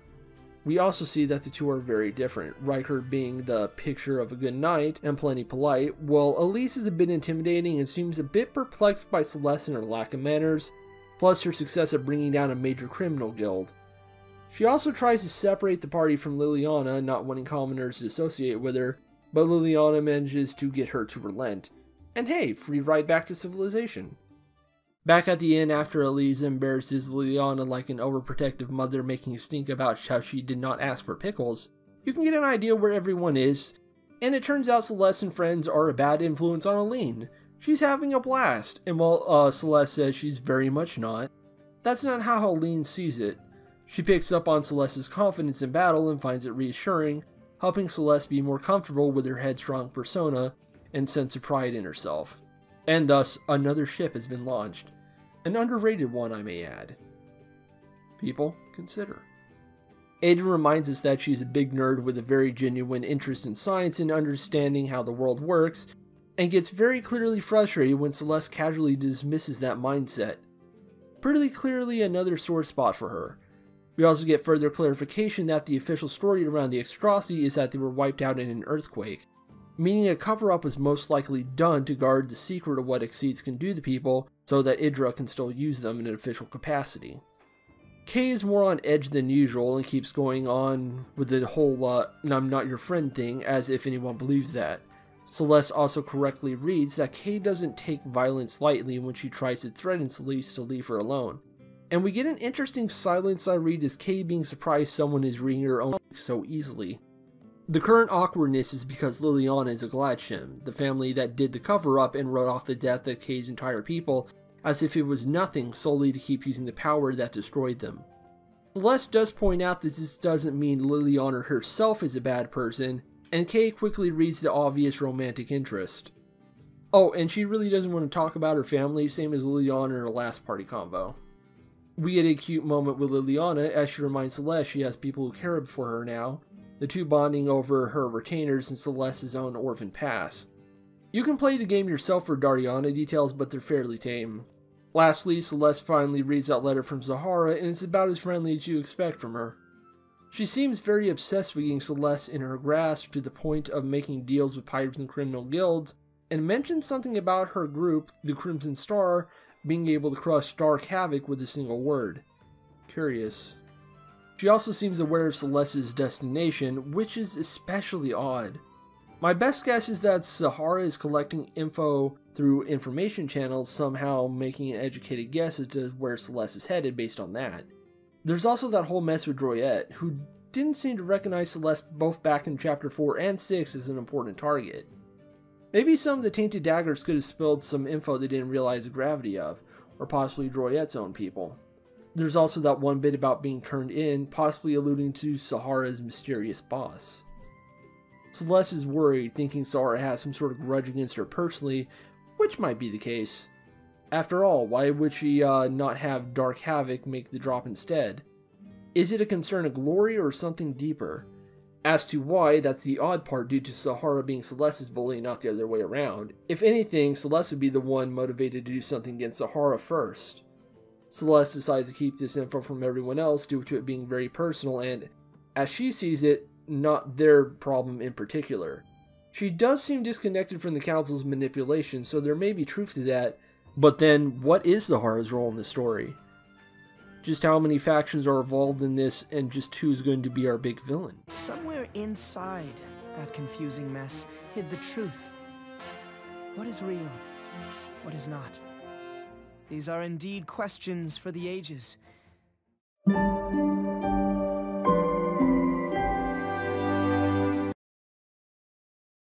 Time for another detour, this time because I feel this is a good time to go further into the game balance, and I don't think I probably explained what makes Didnapper 2 feel so unique so far, though I have at least touched on the basics of the battle system.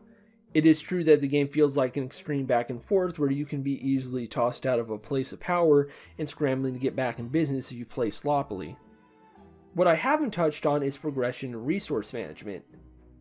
See, while you never really have to worry about grinding for experience, easily earned from just doing stealth takeouts, and naturally slowing as you meet enemies on even footing, you do have to worry about skill points and gold.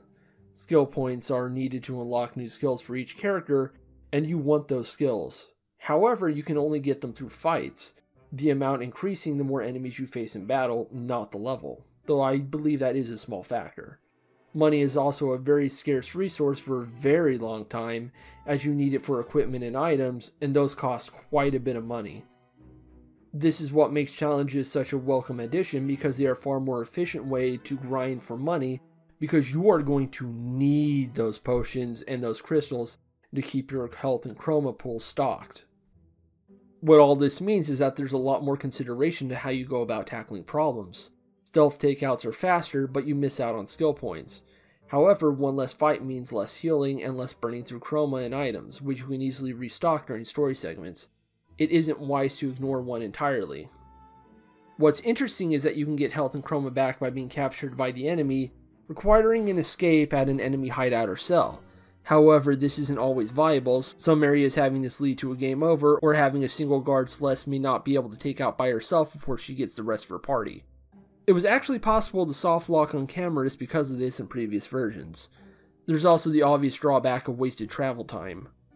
This means if you want all the toys, and they are very quite nice to have, you have to do some grinding and battles.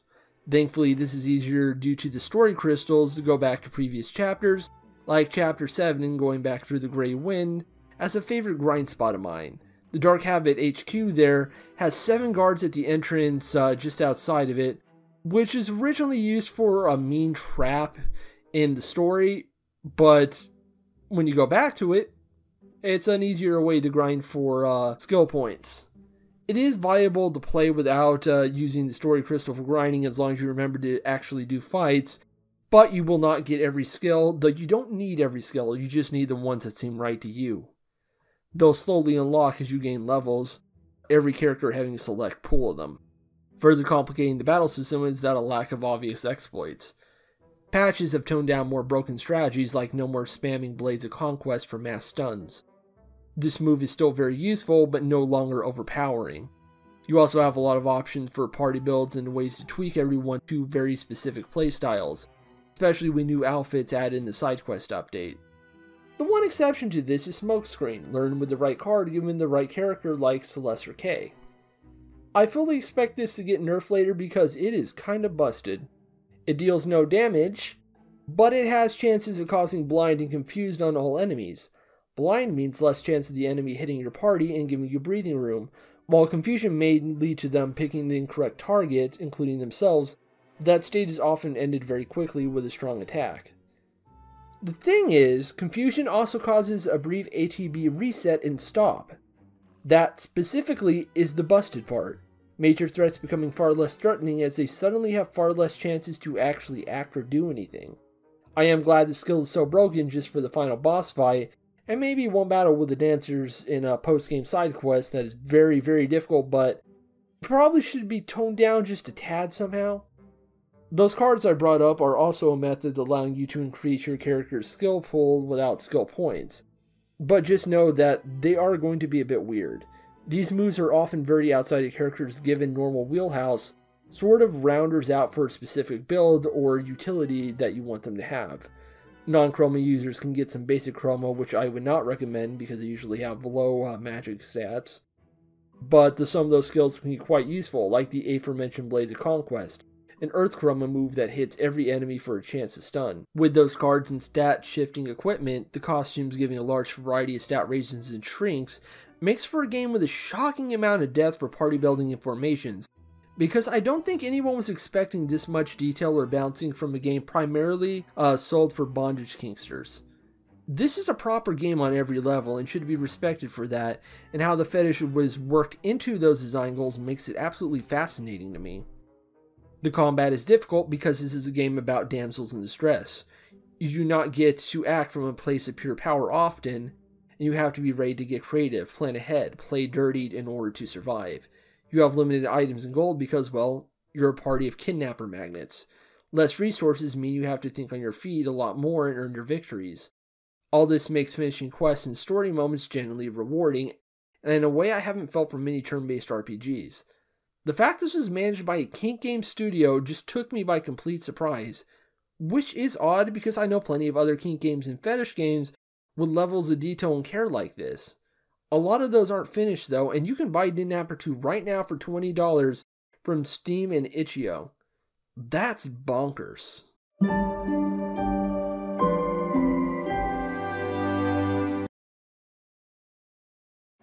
Everyone arrives at the capital of the country, Alverona, surprised by how big it is, with the exception to Lydia and his posse, and Kay.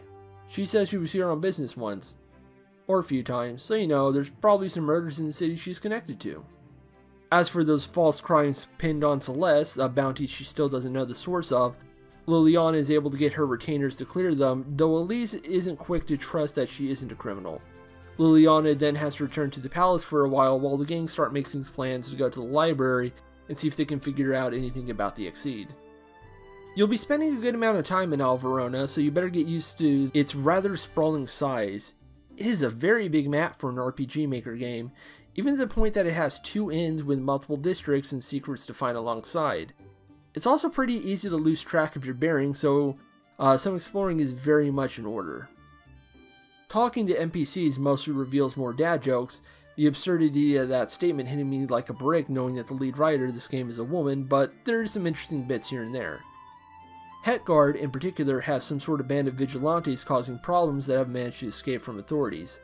That could be Sahara's Crimson Scar, since she is from that territory, and her outfit seems to have ambitions not related to the usual criminal activity. There's also mention of a rebel guild causing problems around Malutina, a city not too far from here. Might be referring to the guild that Droylette mentioned back in Chapter 6. At the castle gate, you can find a bunch of fangirls for King Brian, Liliana's brother and the current king. In the library district, one guy will mention Liliana's mysterious sister Aurora. There isn't much known about her yet, supposedly a character being saved for the truth update at the end of the game's life cycle, which is already more than a few bits of setup within the main story. The cover story is that she's sickly, but we do get confirmation later that she simply isn't around for whatever reason. The library proves to be massive, and Aiden quickly loses herself to its majesty. While she goes into the biggest book binge in existence, the rest of the group start looking for information on Celeste's Exceed. Kay is being stubborn over her own source of knowledge on the Exceeds, simply seeing as everyone going after Celeste for her Exceed as an act of greed, but Celeste isn't sold on that explanation entirely. Besides, her existing kinda goes against a lot of what Kay knows in the first place. Aline wants to go check out some food at the market, and frustrated Celeste eventually gives her the go-ahead, Kay eventually getting dragged along as well. Kay, after everything that's happened so far, I think you should expect the city to be loaded with kidnappers. Well, let's go see if Aiden has any ideas.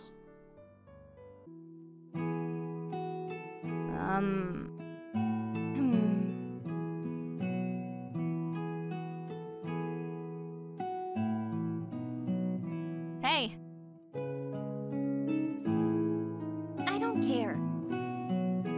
If curiosity kills the cat, then this one has been on her 9th life at this point. I should mention that she's mumbling about a Dr. Bunt, who will come up a few more times as a discredited scientist who has a revolutionary theory on chroma. It seems he's another major character being set up for the truth along with Laura. We get told to try the librarian, but she turns out to be an elitist jerk. She also mentioned restricted books stored in a room near her desk, which might be our ticket, since Aiden is too busy being a gigantic nerd. We have to go find a way in ourselves. Thankfully, we have a lovesick admirer for the librarian just downstairs willing to act as a distraction for us. Good luck to him, but we got books to read. The one we're looking for is that aforementioned Bunt book. Feel free to pause on the screen here to look at the book text. We don't get his theory entirely, but we can make out that the commonly accepted theory is that chroma is a naturally occurring thing in the body, which helps explain why it would be a strong sign of nobility and supposedly pass through the bloodline. This seems to stem from Aeons being bound, limiting their abilities to the core of this theory. But that doesn't explain chroma springs or where they came from, or Exceeds or the Extraci, while Bunt's theory seems to be based on chroma being an extension of the natural world itself. That's about all we get before we're so rudely interrupted. The head librarian caught Celeste and strung her up to a shelf ladder, enjoying some tickling, and then Aiden finally arrives to bring the scene to a close.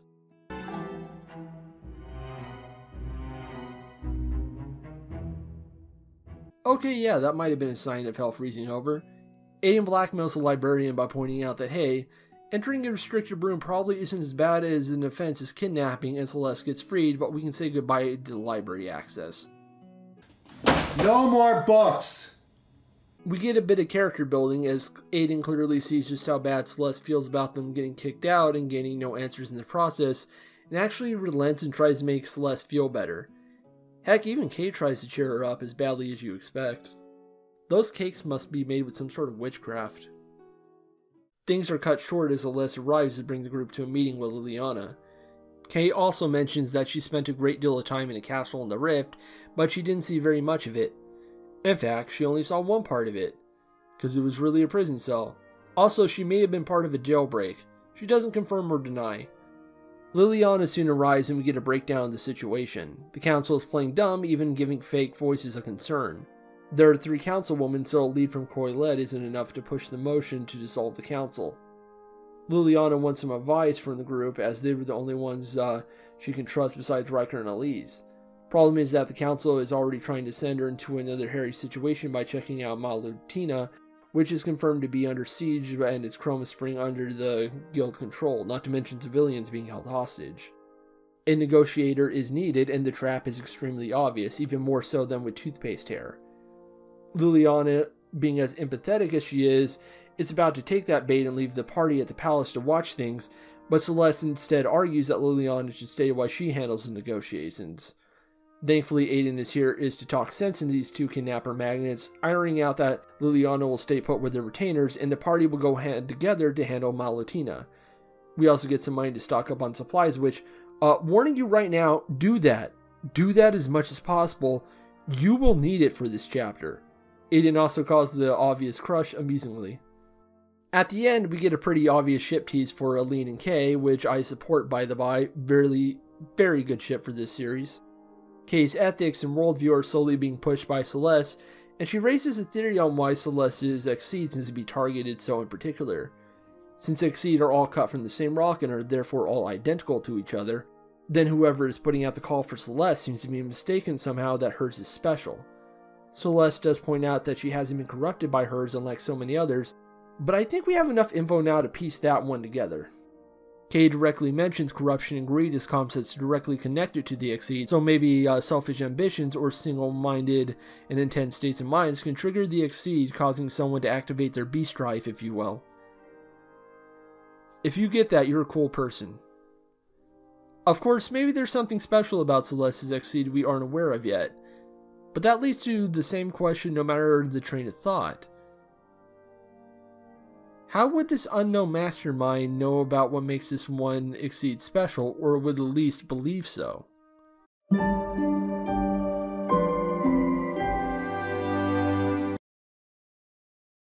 In order for the gang to get to their destination, they need to cross through the Stomp Marshes, another scum pile filled with abductor plants and bandits. Fairly easy area to explore, with a bandit cave to explore on the side for extra goodies. Good opportunity for a grind, and you may want to, because once we get to Malutina, the kids' gloves come the fuck off. The Crimson Scar have proven themselves more than just a normal criminal guild, having already taken over the town. They seem to be a straight-up revolutionary force, and Celeste proclaiming that she's a negotiator for the Gladschlim Princess backfires almost instantly. We also meet a supposed new recruit, who seems oddly into tying the girls up and gives a wink when she introduces herself as Carol. We'll talk about her later.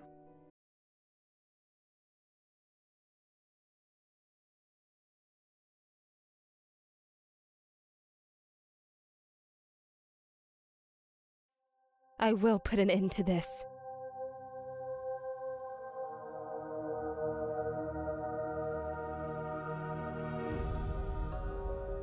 Turns out Sahara is indeed in charge of the Crimson Scar, as we already guessed, and is whipping up a proper political and violent revolution, hyper-focusing on Aeons.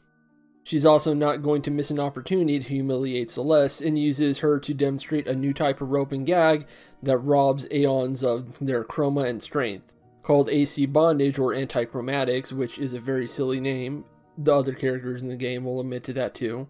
This gets worked into the escape minigames from here on, and removing a layer of AC stuff removes an escape debuff they press on you. The gags stay in though, no removing those until the wrists are free and the minigame is cleared. This is probably the most emotionally charged scene for me in the entire game, thanks a lot to the music Misguided Passion. It's a really grim and haunting track that really spells out how broken Sahara's beliefs really are and the pain and suffering they ultimately bring.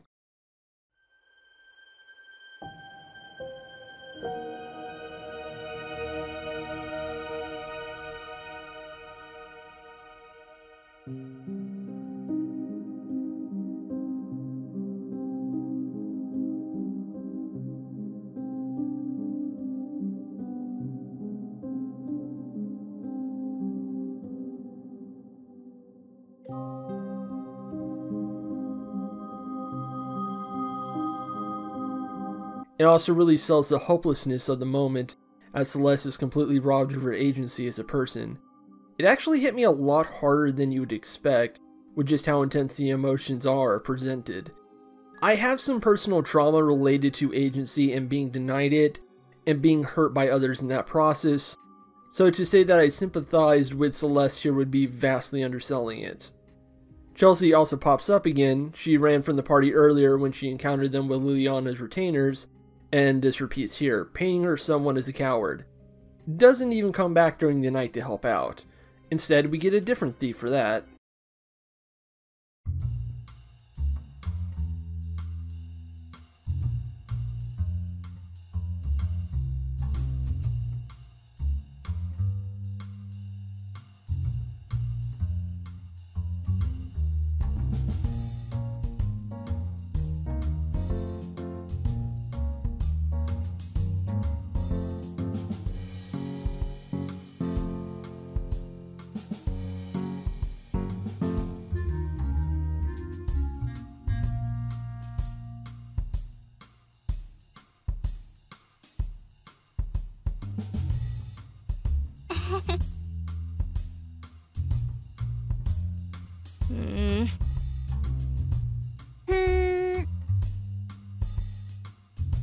That's no fun.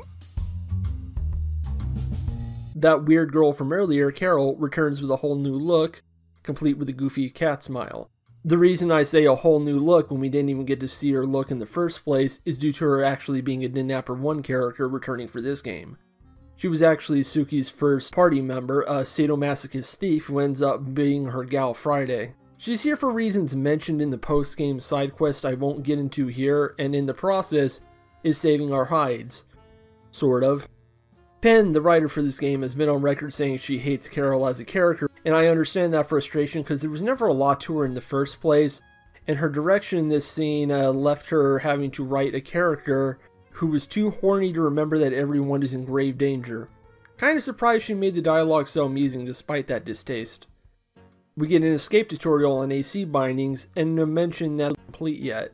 In fact, their effectiveness seems to be based more around a person's mental state, not unlike how regular bondage is usually enough to lock most Aeons out of their chroma abilities. She then strikes a deal that if Celeste can free herself, she'll help out the rest of the party. The escape itself is easy, having no time limit, and if you use the charm dialogue in Carol, she'll think your moans are really cute and undo the bindings a bit. Did I mention Carol is a really horny character? Especially in this game in particular, she makes her version in Didnapper 1 look like a nun in comparison. Carol spills the beans just a bit as to who she is, and may be making a vague reference to Suki as her boss, who she believes would have helped the party out if she was here.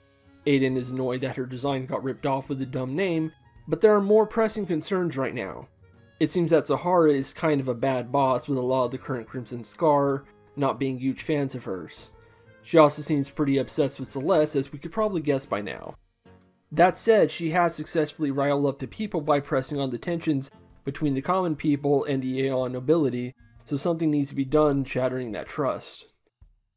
Everyone ended up talking far too long in the open, so the group have to go back on the polls while Carol hatches a plan. We get a glimpse of that plan in action as the crowd ignores the party in the morning and instead gossip about something that has them riled and suspicious. Zahara eventually arrives to gloat a bit before the morning pep talk, and then...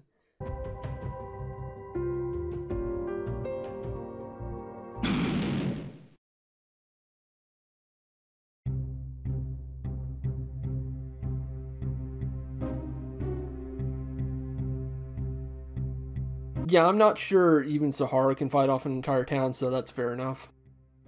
Turns out Carol's plan was to stir up suspicions of Zahara being an Aeon and using her mage friend Evelyn to frame her and cause a scene. Evelyn is another one of Suki's old party, and she definitely got a glow up in this new design. Very whimsical and wise beyond her years. She explains that what is called chroma here might be what her land calls magic, and a post-game quest further details that they're not quite sure if that's accurate or not.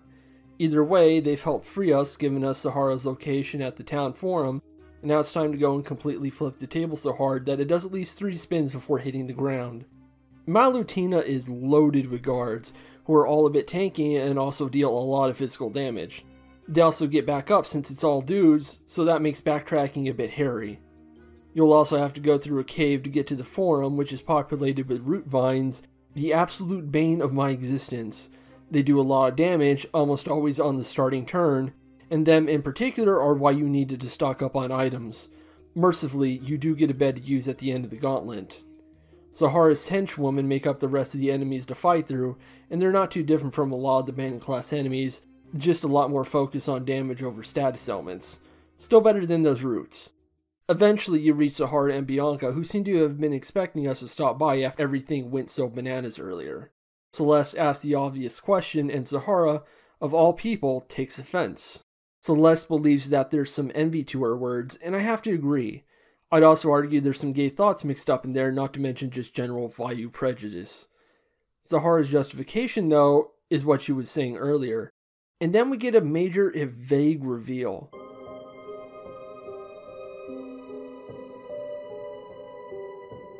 Yes. Huh?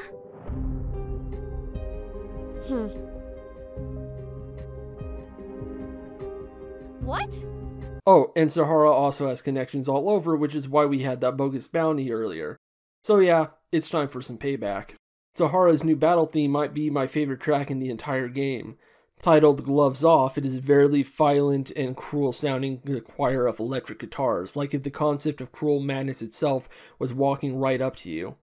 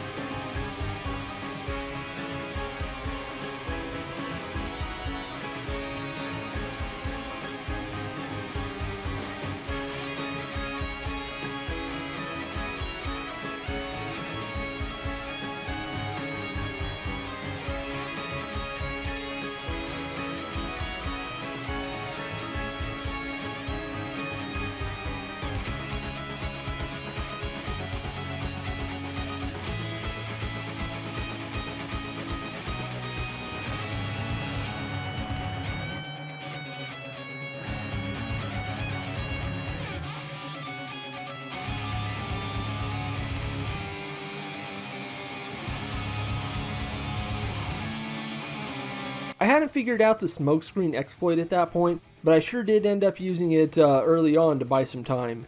It is a rough fight, but it's best to deal with Bianca first. Once she's captured, she'll be freed and then leave the fight to go find an escape route elsewhere, leaving you with a living tank to deal with. Zahara takes a beating, and she can really dish it out as well with her nasty physical strikes. She will go down though, and then exit stage left.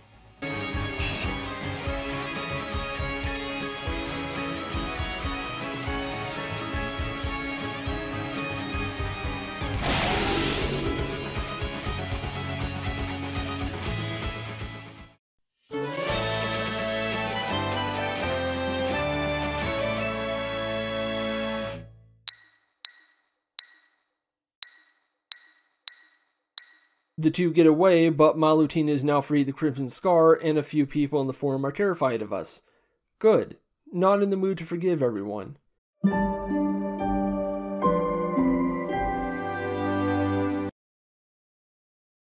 Elise greets us back at the capital, hearing the good news, though Liliana is still tied up with politics and such and cannot meet the group at the moment.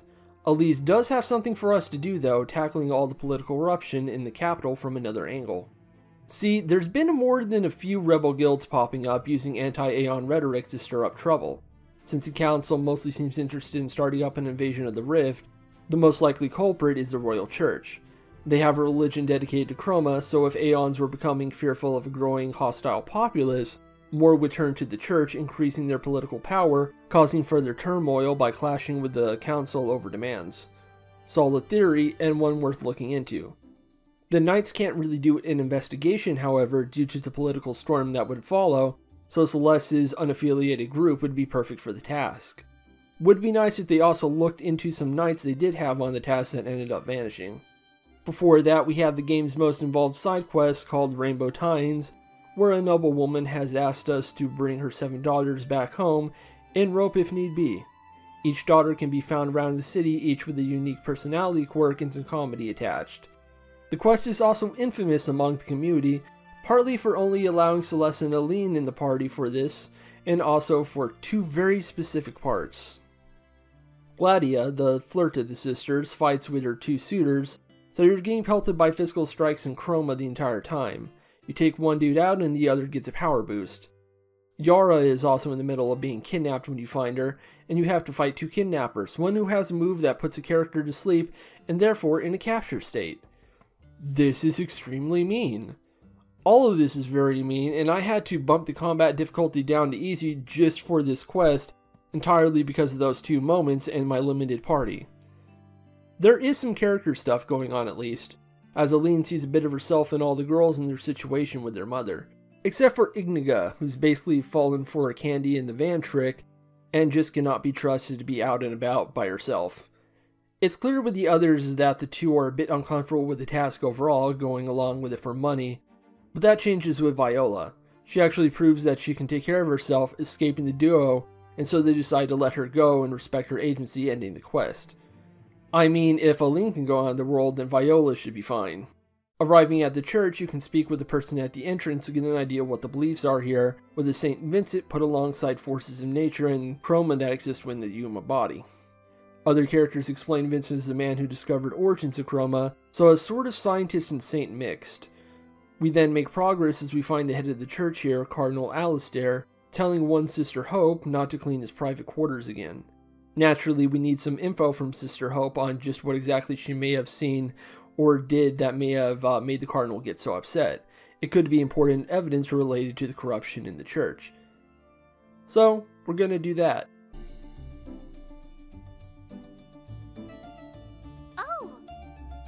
Oh, we are a really bad influence on her. One stealth segment later, and we follow an arrow to an empty house, and Celeste can finally interrogate Sister Hope. At least she says sorry beforehand. One minigame later, and she mentions that the Cardinal had some sort of receipt filed on his desk, suggesting he was paying someone for something. She didn't read much beyond the sum, which was quite considerable.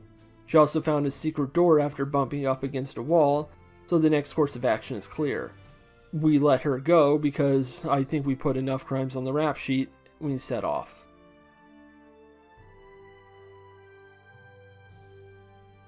She's like a small dog excited by the prospect of arson. The bills laid out don't have actual names on them, but the sum is indeed mighty. We also find the door and decide to check out what's down there before reporting back, since we still need hard evidence. We start off finding kidnappers. Shocker, I know. That said, it is odd to find stereotypical kidnappers under a church, even for this setting. Something's very off. There are a lot of them, and they are tough, so thankfully the underground area is pretty small and you don't have to deal with too many. We eventually find the knights tied up and locked away in a cell. The Cardinal then enters with a special guest. Alright.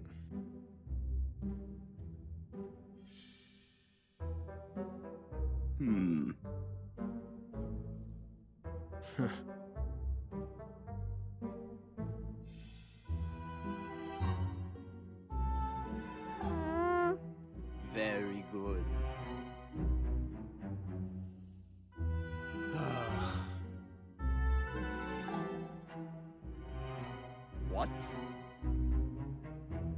This is Leroy, Suki's mentor in the kidnapping guild from the first game. He is a giant chode, but it's difficult not to be amused by his laid-back attitude and slacker perv charms. He's an awful human being, but he has charisma. Looks like his guild expanded operations into a new continent, and he picked a really bad contract this time. While Kay doesn't like Leroy, she's more concerned with the Cardinal's frankly rancid vibes. No!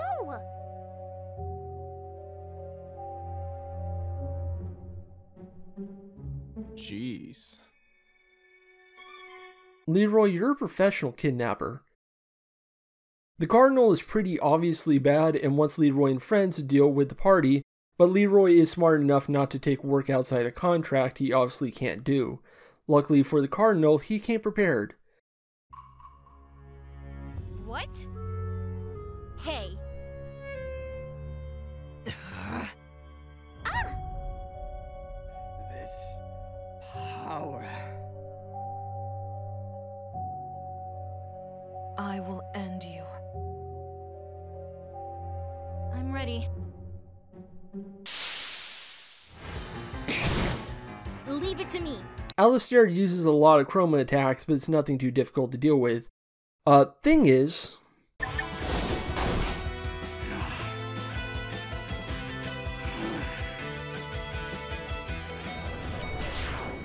What?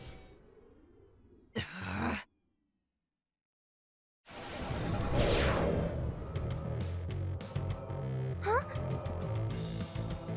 You've got to be kidding me. This power.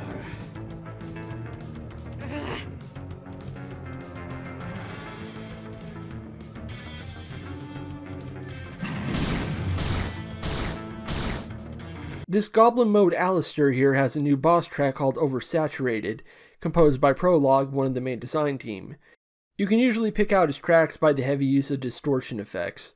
It does a good job at selling the mad and unreal nature of the encounter.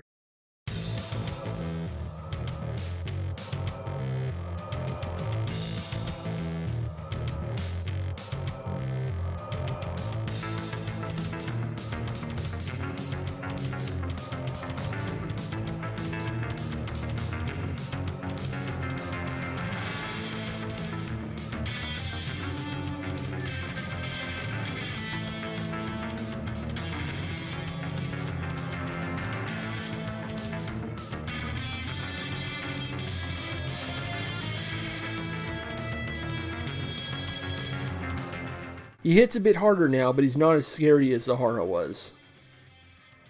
Kay is almost ready to kill Alistair, but the rest of the team are able to hold her back from making a terrible mistake she's made.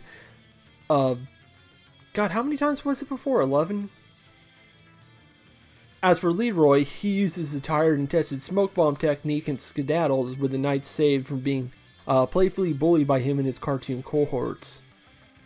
Elise falls behind soon enough, worried that we didn't check in, but pretty satisfied with how things went. She even gets Kay to hand over the Cardinal's Exceed, which will be stored at the Chroma Research Center, or the CRC, which we saw earlier, way back in the first chapter, on the map. She also lets slip that Liliana has been so tied up because the Council wants to push ahead with the invasion of the Rifts, so things are on a knife's edge. We also can't count on the current king, Liliana's brother Brian, to do anything because he is a huge knob who's not really going to put any thought into any decision he makes and just let the council do as they like. This is also where we learn that Alora is just kind of left at her after her parents died, so nobody knows just where in the world she is. She also didn't seem to care about politics much either, so she's just another dead end if Elise is to be believed. Look at all those worried faces. Except for Lenny. He looks great. This is the worst day of my life.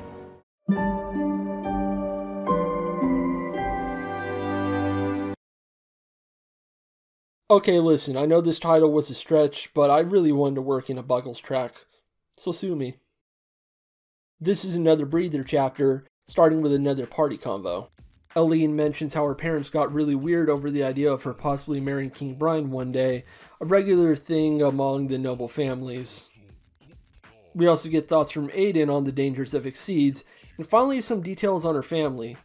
Long story short, they don't like her work and she doesn't like how close-minded they are, so they don't associate anymore. With Aiden as prickly as she is, it's not too surprising to learn that some of the problems in her family may have something to do with her habit of pushing people away. You know, I wasn't that far off with the 11 count earlier. Kay reveals that she actually found a total of 12 XCs in her journeys, including Celeste's, which is far more than the paltry estimate we got back from Aiden back in Chapter 2. Wow, she killed 10 people. Damn, lady. She remains as intense as always. After that, the party are restless and wanting something to do, go stop by the palace and see Riker, though Kay was dead set on cakes.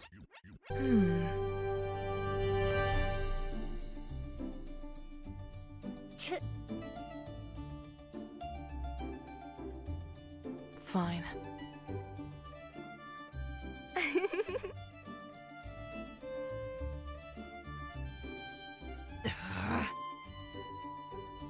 Riker, a great guy that he is, hears Celeste wants to look more into her next seed, so he gives the team a pass to enter the CRC mentioned earlier to check their research. It's a joint operation with Hetguard with significant security, so we shouldn't have to worry about any more nasty surprises for a bit. On a short tour, we hit the library and discovered that the negative effects of Exceeds are more known than previously established. Nobles use them as symbols of power and status, but they're also given to warriors when deemed needed, and things tend to go badly over time. This makes the party go over the same debate as previous over just what the deal with Exceeds actually is. While we're here, there's a basement that has people experimenting with binding aeons, where you can do escape challenges for rare items. The second to last one is definitely the hardest, but the new one added with the side quest update has a very unique prize. God. Going back to the mainland, and we get a nasty surprise as it turns out that Liliana has been kidnapped, yes, again, seen taken by Riftian individuals. To say this is a political problem is like calling the atomic bomb a tactical weapon. So once again, Celeste's ragtag group are the best ones for the job, able to not cause a diplomatic debacle due to not being government agents. Celeste also posits a theory that what's happening to Liliana may be connected to her. Considering Sahara was the one causing the ruckus in Malutina, which Liliana was supposed to go to at first, there might be something to that.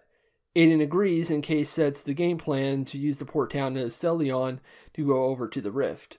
A short trip through another marsh route and we're on to our next chapter.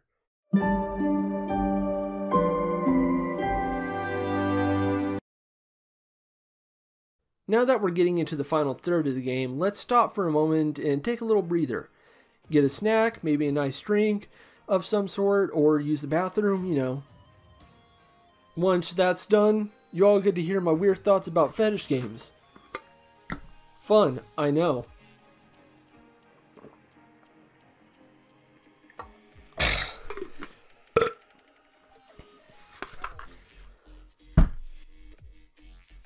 I'm keeping that in.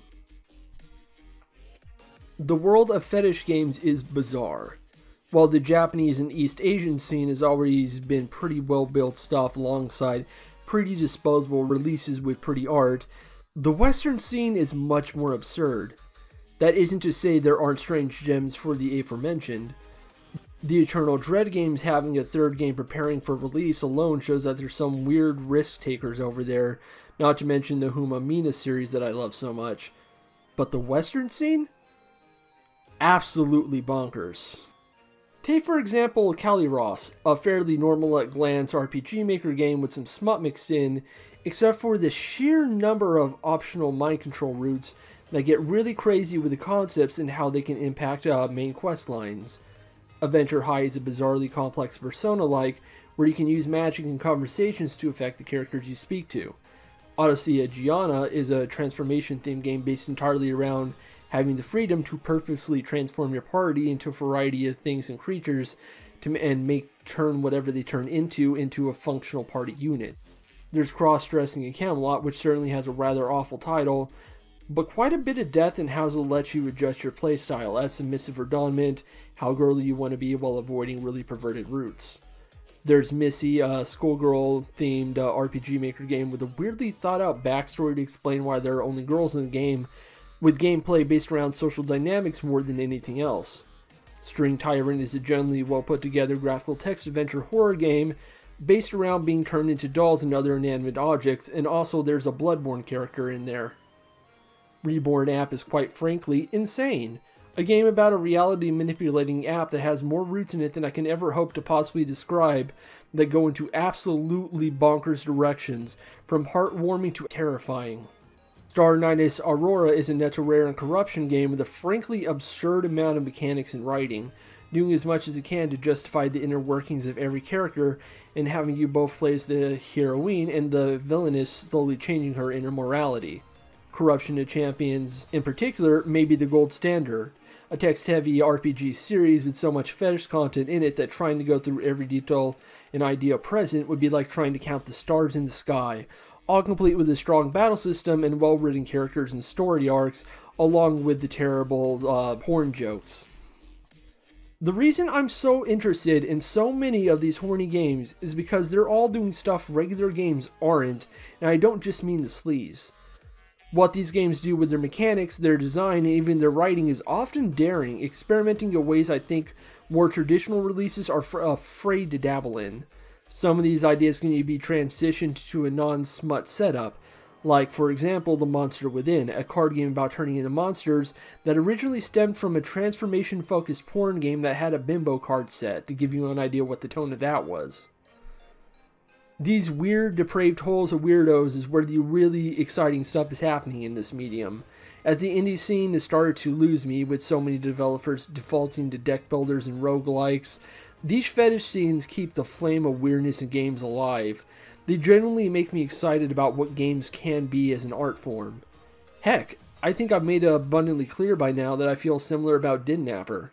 A turn-based RPG being built around a capture mechanic was kind of game-changing, taking a formula I was bored with for a very long time, and then making it click once more with some different design goals that required them to rethink the importance of health and how it should function. What I'm saying is, don't be afraid to go to these weird corners sometimes. You might just find something you never thought you knew you wanted, because I sure as hell did.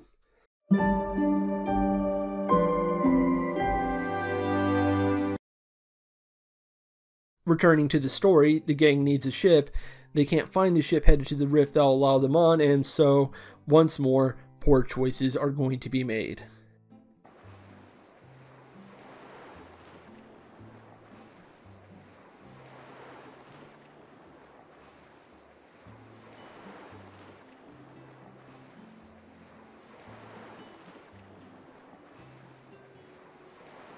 Aline did that, and I'm starting to suspect she gets us in trouble on purpose. One awkward locked in the box boat trip later, and someone actually has successfully managed to sell the party.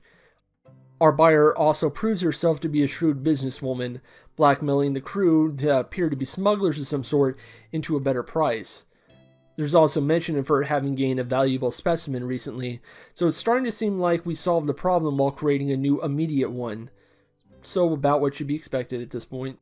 Before some slavers try teaching the party some etiquette, our earlier buyer, now named Viraja, stops them and has them string us up, and we get a bigger hint that they know something about Liliana with the mention of a princess. So, we need to escape and do what we do best at this point. Beat people up after being humiliated and hope that it eventually leads to a problem being solved, which it usually does. I am so smart. I am so smart. If you're wondering about Kay and Aline's new outfits, they're from side quests I didn't show from the side quest update, and they give agility bonuses, so apologize if the severity of certain scenes later gets downplayed by Kay's Playboy bunny look. At least you can see her tattoos now. Viraja's crew aren't too bad as long as you have skills like Blades of Conquest to slow down their offense. The bad news is that Liliana has already been sent to the slave market. Said slave market is called Charon, so now we have to figure out where that is. The only guy who knows where to find it is a sketchy dude in an alley, which makes sense since we are talking about a secret slave market. Thus, we entered the tale. The main route is currently closed off because the army is looking into something, so we have to go to the side, filled with desert variants of the abductor plants, some silk-spewing bugs, and a good few slaver bandits as we go further in. It's a tough route, fitting for the late game area, and a sign that things are starting to pick up in the story. The gang set their plan. Celeste will have to pretend to be a slaver while Aid and her slave being taken to the market, and Aline and Kay stay in the back. Their job will be to prepare a distraction when given the signal, making an opening to grab Liliana and get out of there. Celeste is a little rough tying up Aiden, but it does have to look authentic, and she does probably like it and just won't admit it. We can also pick a slaver name when entering the camp, so naturally I chose the funniest option. There isn't a lot we can do for the slaves on auction, sadly, just not enough manpower to deal with the issue.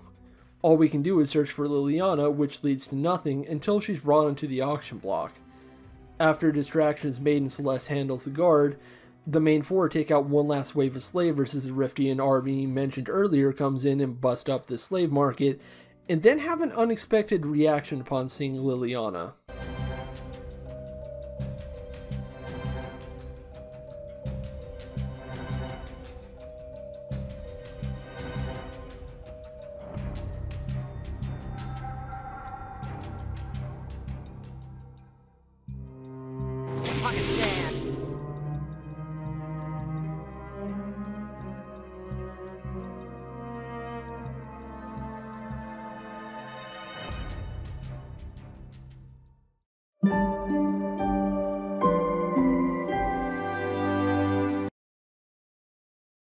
As the party catches their breath in the abandoned camp, Liliana can't help but be hard on herself as she explains just what is going on.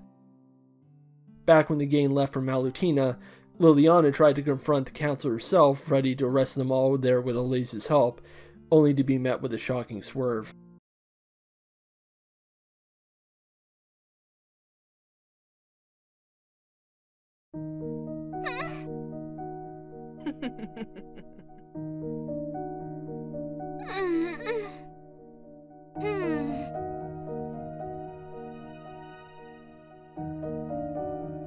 Don't worry.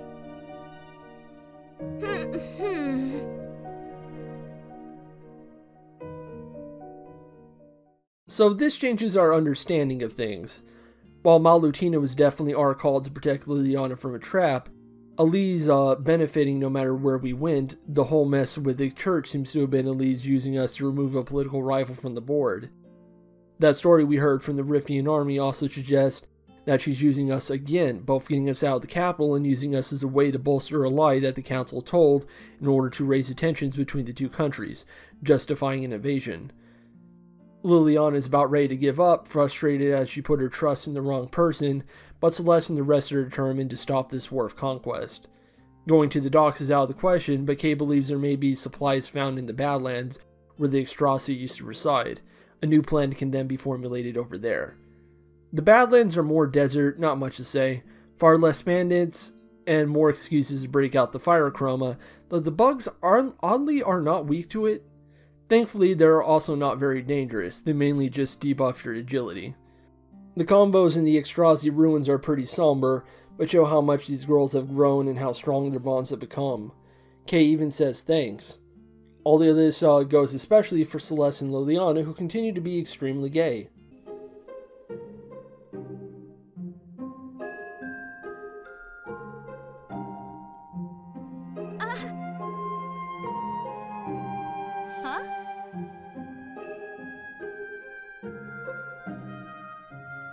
No.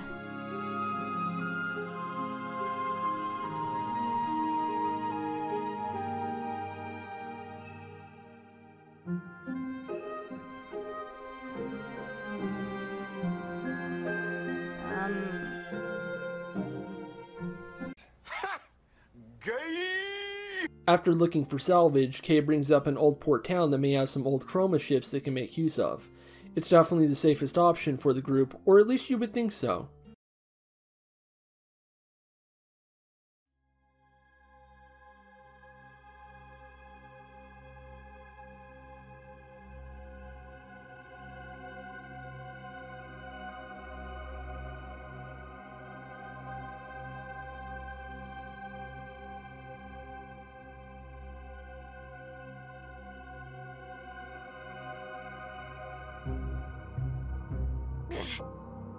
The Crimson Scar of all groups are hanging around this old town, which complicates matters.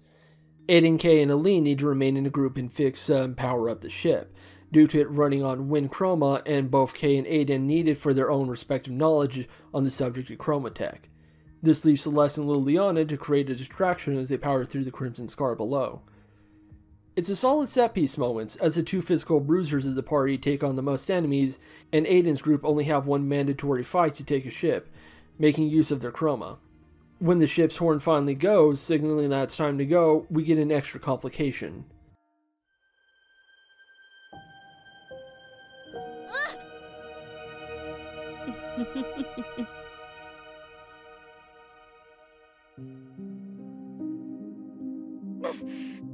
Submit to me.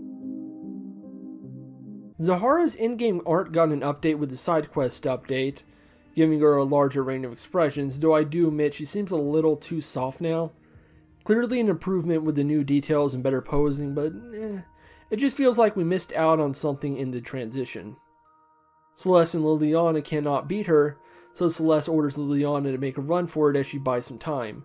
Celeste also correctly guesses that Zahara is only interested in her, meaning her friends are safe as long as they are not with her. Zahara is surprised by the noble gesture, saying Celeste has changed, while Celeste points out that Zahara hasn't changed in the slightest. She's still the same bully she always was, and Zahara seems genuinely hurt by that comment. One impossible fight later, and Celeste is now Zahara's captive. Trying to escape the ship this time proves fruitless as Bianca hears the drop from Celeste undoing the suspension tie and strings her back up, and then just doesn't take her eyes off her until we reach our destination. Zahara finally gives us more details, and it's mostly the same anti-Aeon stuff she's been spewing all game, but with one particularly bizarre claim that Celeste is somehow going to be the key to ending Chroma entirely. It's then that we finally found out the name of Zahara's boss. Well, yeah, there haven't been many E's in this story. It turns out that Zahara is kind of in the dark. She doesn't know why Elise is starting a war with the Rift, nor willing to question her superior to either loyalty or fear. We do not know for sure. Celeste manages to plant a seed of doubt, but not much else before we're brought before the big bad herself.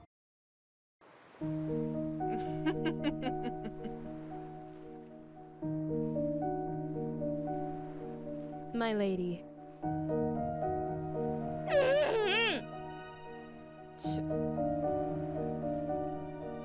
Oh, so you're just evil then. Amazing how much one facial expression can convey. The plan is to keep Celeste under lock and key and that old pirate island, while the Crimson Scar waits for an Idrian ship to arrive to made for dealing with Aeon prisoners. That's a big mistake in the plan, when just smuggling her on Elise's right should be enough. The part about keeping her busy tells that Elise is letting her sadistic side make some decisions, a cat playing with its food before it eats it. Though you could also argue this is a way to keep Zahara in place while the invasion plans are being wrapped up, since she could turn traitor if she found out that she's being lied to, because she is absolutely and obviously being lied to. Honestly, I just lean towards her being a sadist.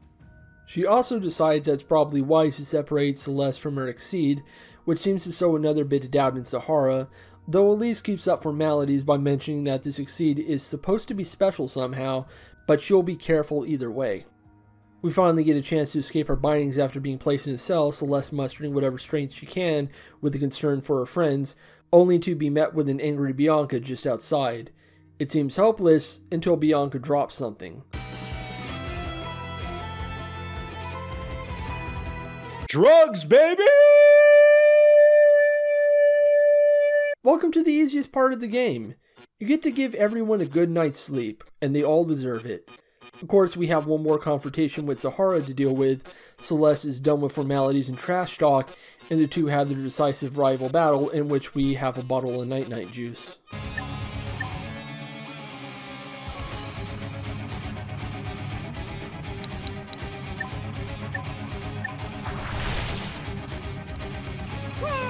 Fuck you! You just got pranked! Celeste gets no satisfaction from the win, which is surprising because it was a really funny win. After everything she has seen, she can only feel sad for a girl clearly being manipulated by a monster. Celeste apologizes for beating her like this, maybe reflecting on her own grudges and letting go, and makes her escape, drifting out to sea in hopes of reaching Hetgard and meeting Liliana's group at a previously chosen location. Hopefully, if everything goes right, they'll find the help they need. Or realistically, any help at all.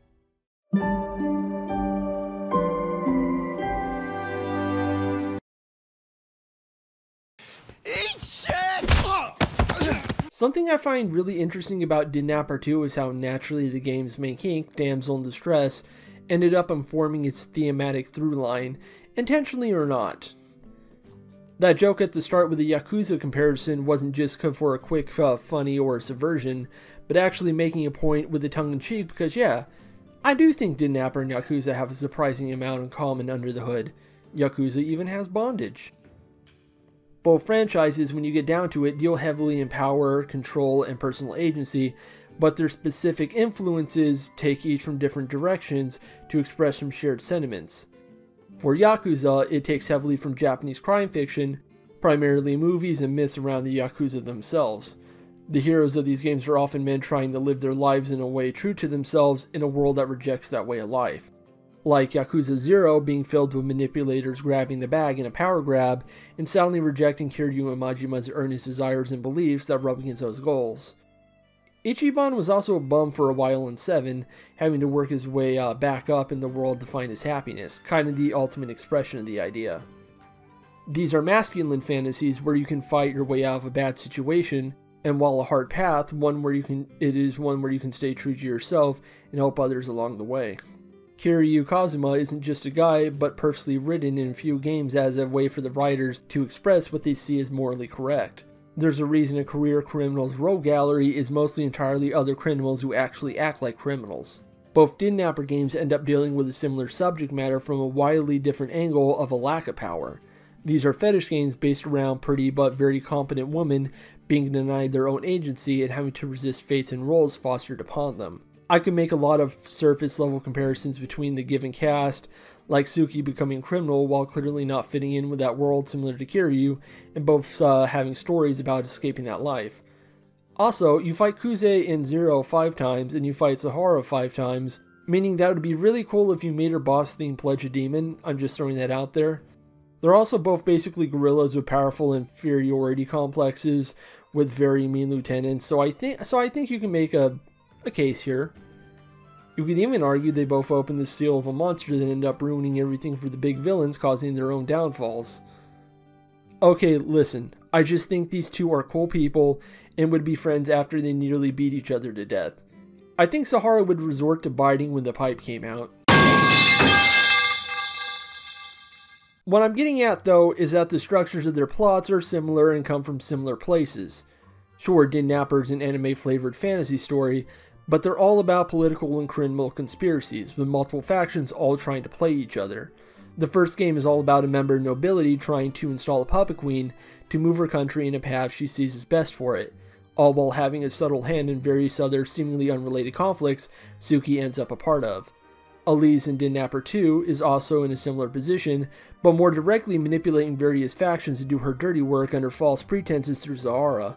Her motives, as we'll find later, are also far crueler and more petty, even if they lead to similar results. Yakuza 0 is entirely an inter-clan conflict between a variety of factions trying to take control of the Tojo clan, using small fries as pawns in their machinations and hurting innocent people while on the warpath. Suki sees her life destroyed because she was born into the wrong position and became an obstacle by existing, and she finds she's far from the only person suffering like that. It's not that different from Makoto's story, where she ends up in the middle of a crime war for reasons out of her control, or even Kiryu and Nishiki, their connection to Kazuma basically putting them in a disposable position right from the start. Yakuza 4 ends up being about a single high-ranking member of the police blackmailing a handful of members of a fairly small-time criminal career climbing ploy to build a massive power grab to take over both the criminal and political worlds, and that high-ranking member of the police ends up being a loudmouth, sadistic bastard who uses people like pawns. That's very similar to Elise, who, as we find out later, is spurred on by rumors related to the Extrasi Civil War and crimes committed around it, and uses various criminal guilds to do her dirty work as she makes power grabs in politics, all while slowly having the chances to remove the pawns from the board once their purposes are served. After all, what else would happen to Dark Havoc after they failed to get her Celeste or keep Liliana out of her hair? They're criminals, and she's basically a cop. The villains of all these games manipulate people all vying for the same goal: power. Some have more noble reasons, or at least pretend to, but in order to get that power, they're willing to step on and destroy the lives of others. And a good few of them enjoy that process. Heck, Kuze's second banana in Yakuza 0 is a straight up sadist in text, and I don't think I need to explain just how many sadists the Didnapper series has by now. Alternatively, the heroes are almost always fighting for agency and the right thing. They stand by the common people because a lot of them are the common people, like Hiryo and Ichiban both being orphans who were seduced by the myth of the Yakuza. Ichiban's gang is mostly made up of blue-collar workers and a homeless nurse. Heck, one of Yakuza 5's main heroes is a sports washout who's so deep in debt he can barely afford cheap ramen. Suki ends up being lumped in with criminals and has to experience the world on a lower rung of the ladder, making friends with a thief, a student mage, and a mercenary. Celeste is an orphan herself who feels alienated from the world and ends up meeting other outcasts who join her, only two of them from nobility, and even they're alienated from their peers. Aline comes from an overly controlling family and leaves to finally live her life on her own terms, while Liliana has ideas that clash with the rest of her family and refuses to become an Aeon in order to keep connection with the people of her country. None of them really want power or to satisfy their lesser urges, Celeste even having an arc where she lets go of the hatred she has for Sahara, and Yakuza 3 ends with Kiryu getting stabbed but still resolved to be a good person and to approach others with love. Where many of the villains of these games can be characterized almost as sociopaths or lonely people trapped in self-destructive and outwardly destructive behaviors, looking at you, Mine and Sahara, the heroes are almost always the opposite. All they really need is the people to care for and the ability to live out their own lives. They lift each other up as their bonds and sense of duty to those they care for give them inner strength. Where the Didnapper heroines have to struggle more, they usually end up in similar trajectories, and a few of them even end up getting power as a means to properly redistribute it in a more fair manner instead of hoarding it. And need I even mention Mr. Moneybags with his money magic, no interest loans? When you really get down to it, these are morality tales that also manage to tap into some truths about how we as a society live and work, how it pushes and rewards those who act for greed or for their own benefit entirely. It makes the heroes surpassing these odds feel triumphant, like any good story with a basic outward conflict. Yakuza is obvious for the contemporary setting, dealing heavily with crime and capitalism, but a lot of the political realities of Didnapper do mirror real parts of human history in various economic and government systems. Heck, Hetgard, as we see later, is basically a proto-capitalist state that focuses on free trade, which attracts all sorts of seedy individuals. Go to bed! I don't think Didnapper 2 is good for a fetish game. I think it's just flat out good. An extremely good example of what talented people bringing their skills together can create something unique that I think a lot of people would really enjoy if they gave it a chance. And the barrier to entry is much lower than this one with the lack of adult content. I mean, it's horny, which I am personally fine with, but it isn't porn, so the usual excuses don't really apply. It is erotica and a satisfying political thriller that shares a lot in common with mainstream franchises. It goes at it from a new angle and finds something really fresh and engaging in that process. They say that an important part of art is to expand your horizons, and I genuinely think Didnapper 2 is a great example of this. I wasn't just entertained, I was inspired. This game captured my imagination and showed me things this medium can do I never considered before. With so much of art in general becoming so sanitized as corporations have gained a stronger hold on our entertainment, what really gets me excited often comes from smaller scenes. Exploring our sexual side, I feel, is a big part of this, because I'm actually seeing really interesting ideas I wouldn't see anywhere else, and often not strictly for erotica purposes.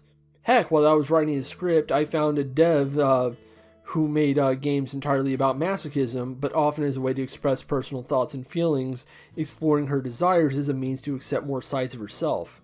I'm not saying mainstream art is bad in and of itself, and I certainly can't say that being a huge Mass Effect fan, but I am saying that sometimes we need more than that. Try out something you never really think of trying before, and maybe, just maybe, you might be surprised by what you find.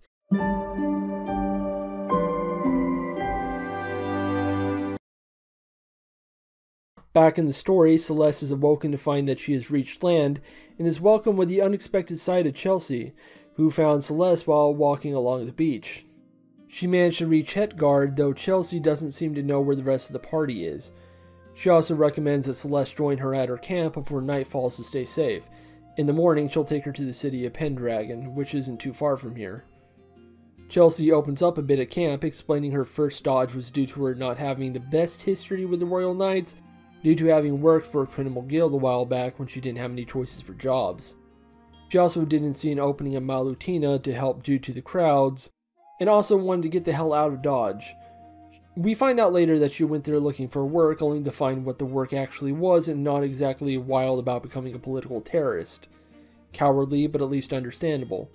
Celeste is just happy to hear that Chelsea doesn't hate her, which takes the thief off guard, and then Celeste is taken off guard by that drugs Chelsea slipped into her bread. No.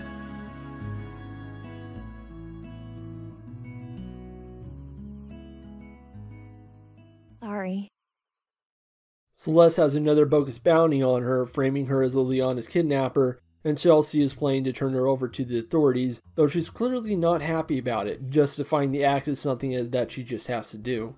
After a comedic bit where Chelsea takes Celeste on a bondage walk and drags her through the town, Chelsea meets with the head of Pendragon named Grayson, and we get an idea that she isn't popular here.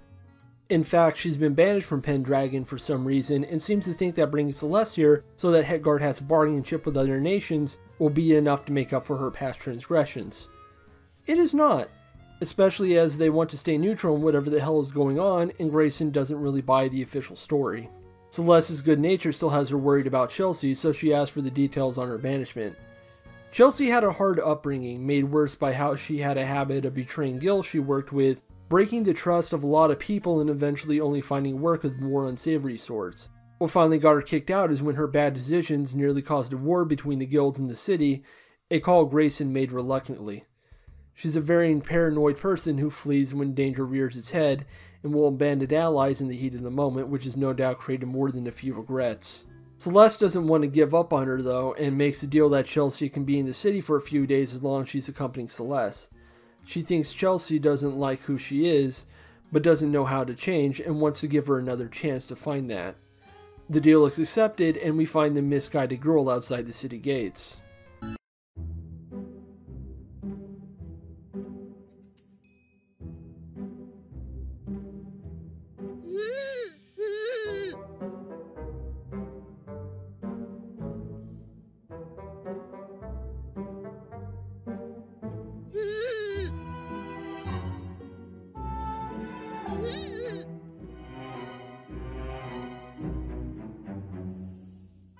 Chelsea's lucky that Celeste is so forgiving because she could really use a hero at the moment.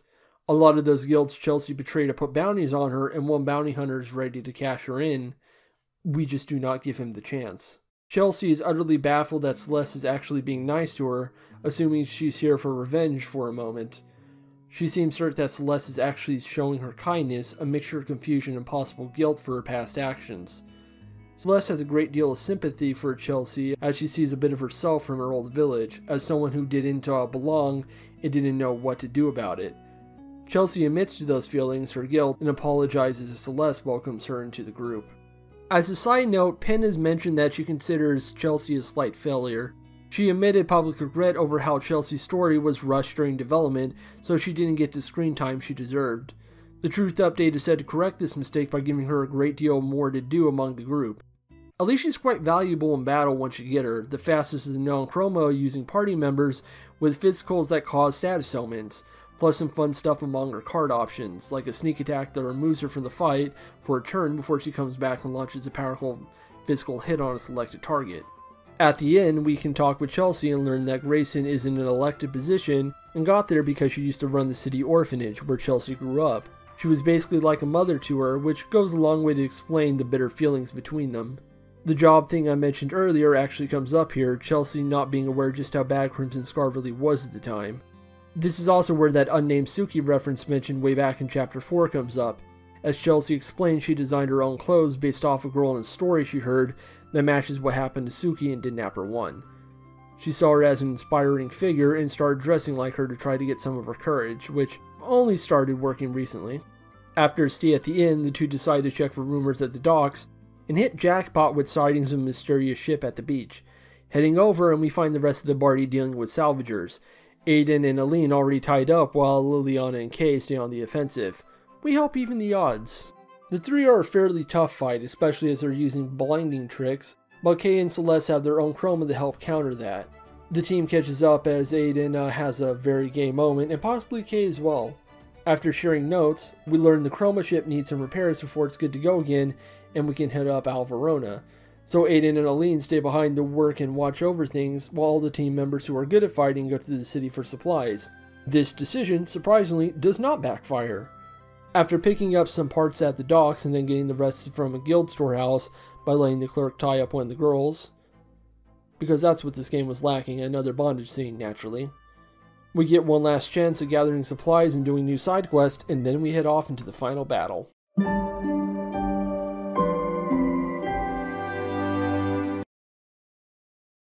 The gang arrive in Albert, which isn't too far from Alvarona, thankfully.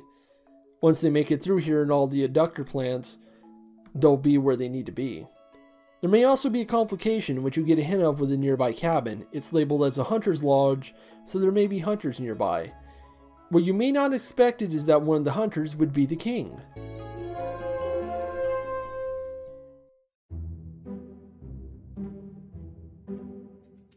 Hey asshole, only your girlfriend can call her that.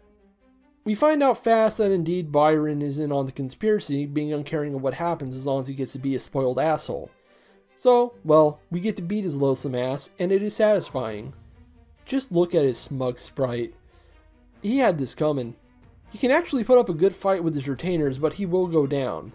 It's a shame I don't have more to say on this boss battle, but a lot of the bosses in this game tend to reuse a lot of skills, so c'est la vie. Our greeting at the capital isn't too friendly either, as the guards seem to be siding with Elise. Thankfully, Riker pops in to prove his loyalty and then some. Elise severely underestimated him as she did us. Now we have to break into the palace from the right side of the city as Riker buys the time and makes a distraction.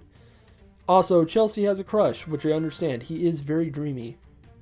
We have to travel to the guardhouses all the way from the farming area, and there's tons of treasures to find in the last stretch, including chroma weapons for everyone but Aiden that grant huge bonuses, and even some new moves for select party members.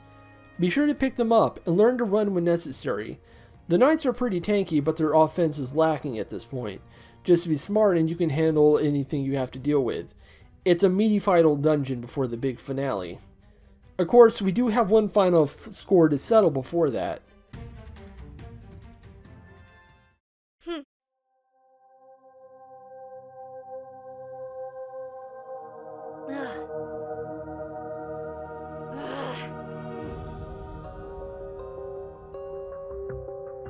Stop.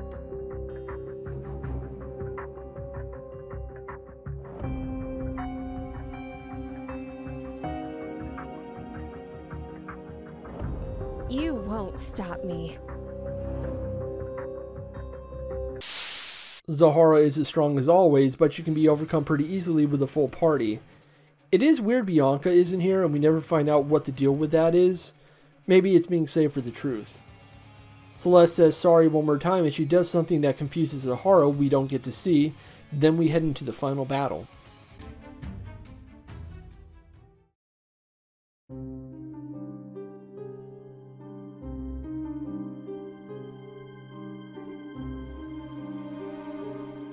Elise sends the council away as she finally confronts us.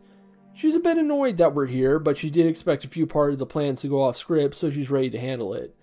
Elise has been planning this from the start, including gaining Liliana's trust from an early age. As for the why, it all dates back to the Extrasi Civil War. The story goes is that an Idrian noblewoman named Armia started dating an Extrasi man named Imar, and eventually moved the Extrasi lands to live with him.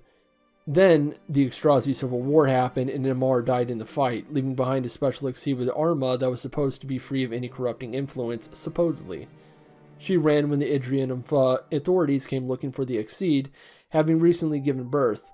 When she was captured, her child and Exceed were long gone and nowhere to be found, and she died as they tortured her for their locations, which she never gave. Of course. Celeste's Exceed was directly at the center of all of this, one believed to be special among some of the Idrian forces and nobility that were around at the time. Kay disagrees with the assumptions though, reminding everyone that all Exceeds come from the same stone or all functionally the same. We also realize that Zahara is partly to blame for how things spiraled, as when she became Elise's pawn, she told us stories of a girl in her village with an Exceed, and Elise quickly connected the dots. Celeste then challenges her on the ending Chroma stuff, which Elise admits was a ruse to manipulate Sahara and those like her.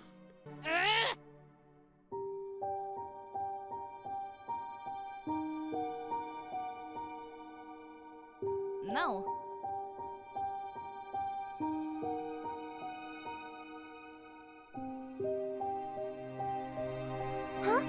Celeste left Sahara's knots loose so she can come in and finally hear the truth from the only person she listened to. She does not take it well, getting angry, and then seems like her entire reality is shattered as Elise laughs in her face.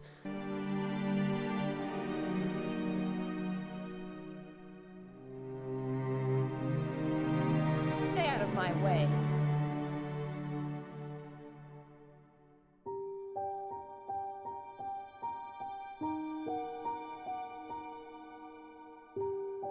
That out of the way, Elise starts gloating that this war will make Idra the ultimate power, not unlike the villain from D1.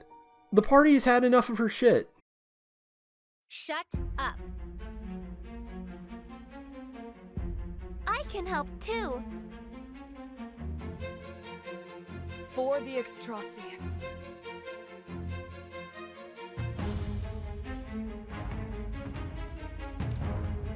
I'm not a coward. You won't get away with this.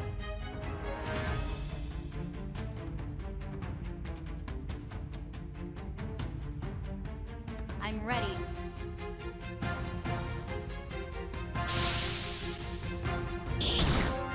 Leave it to me.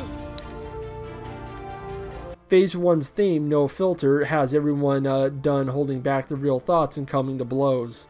It's a great warm-up theme, simple but really lets you get ready to get in there and put an end to things. Elise herself isn't that dangerous either, at least at first.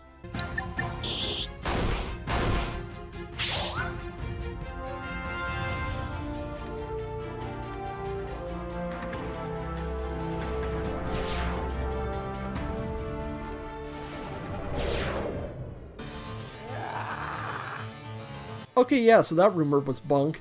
As the situation gets worse with the entire castle shaking, Sahara goes for a big strike but gets knocked back right after. However, it gives the party an opening as we reach the final stage. The final boss theme, Chromatic Aberration, is fine. It's a remix of the last Exceed Forum boss battle theme we heard prologue back as the composer, but it's lacking some energy in the attempts to make it sound big and otherworldly. The alternative mix on the soundtrack is interesting, but it doesn't really fix what I felt was lacking in the original mix. It also gets drowned out in the sound of battle. I think there's a great idea here, but I needed some more revising. Now, maybe the truth will have another version of this that fixes this issue. As for this final battle, it was a bastard on my first go. She has high health, strong defenses, and a mess of powerful chroma moves with very fast ATB bar after some moves. This is a trick pulled out by a few bosses and even a few enemies that make them more challenging, but they really went wild for the finale. This time around though, this fight was manageable just due to me abusing the hell out of Smokescreen, which I had both Celeste and Kay learn. That move is really busted, but I am extremely thankful because man, reliving the first go around was something I was dreading. Like, she is nasty, really, really nasty.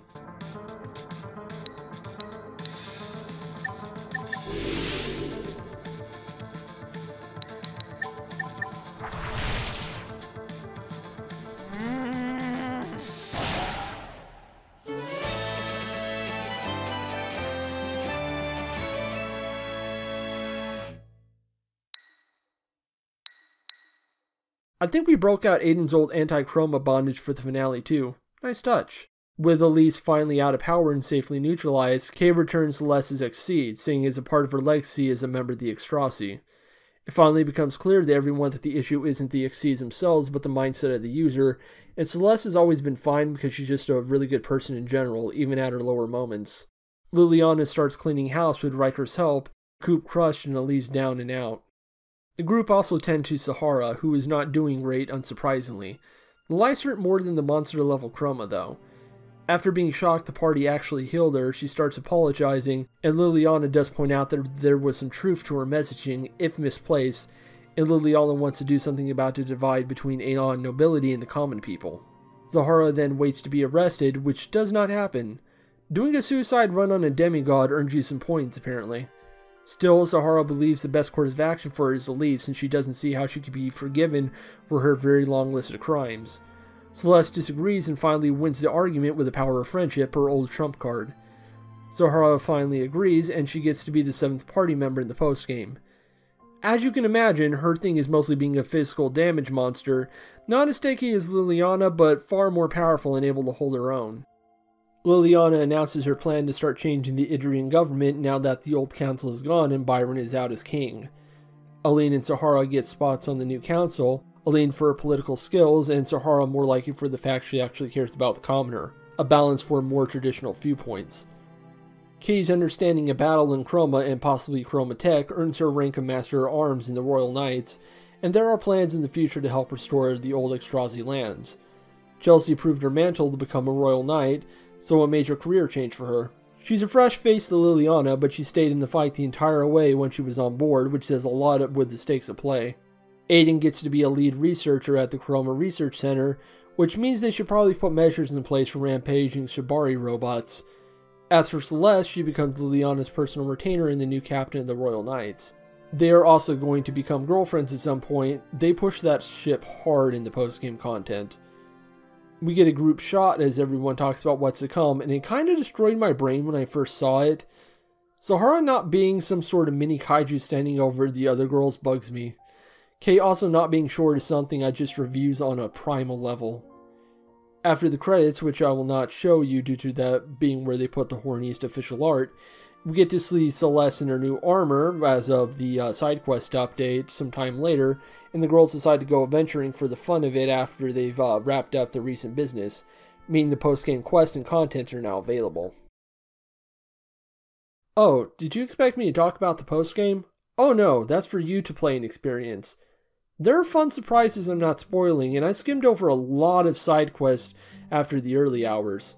I want people to play Didnapper 2 because it's great, and there's still a good bit left I haven't shown you. There's also that final update in the works, which has been built up all over the main game in small ways.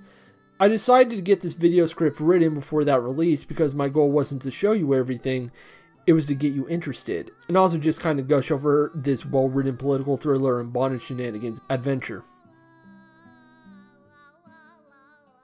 Didnapper 2 is a really good game, and the final update releases in a month and you should go play it.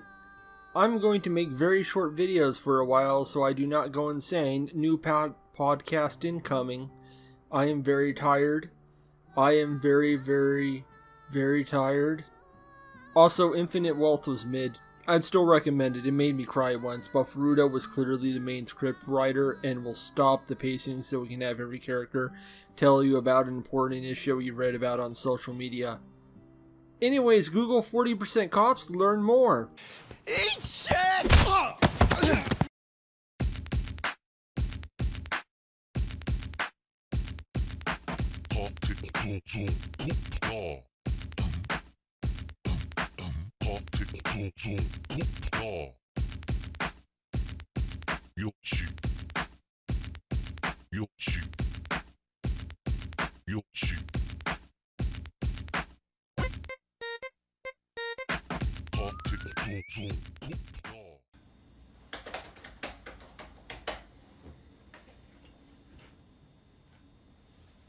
Hello.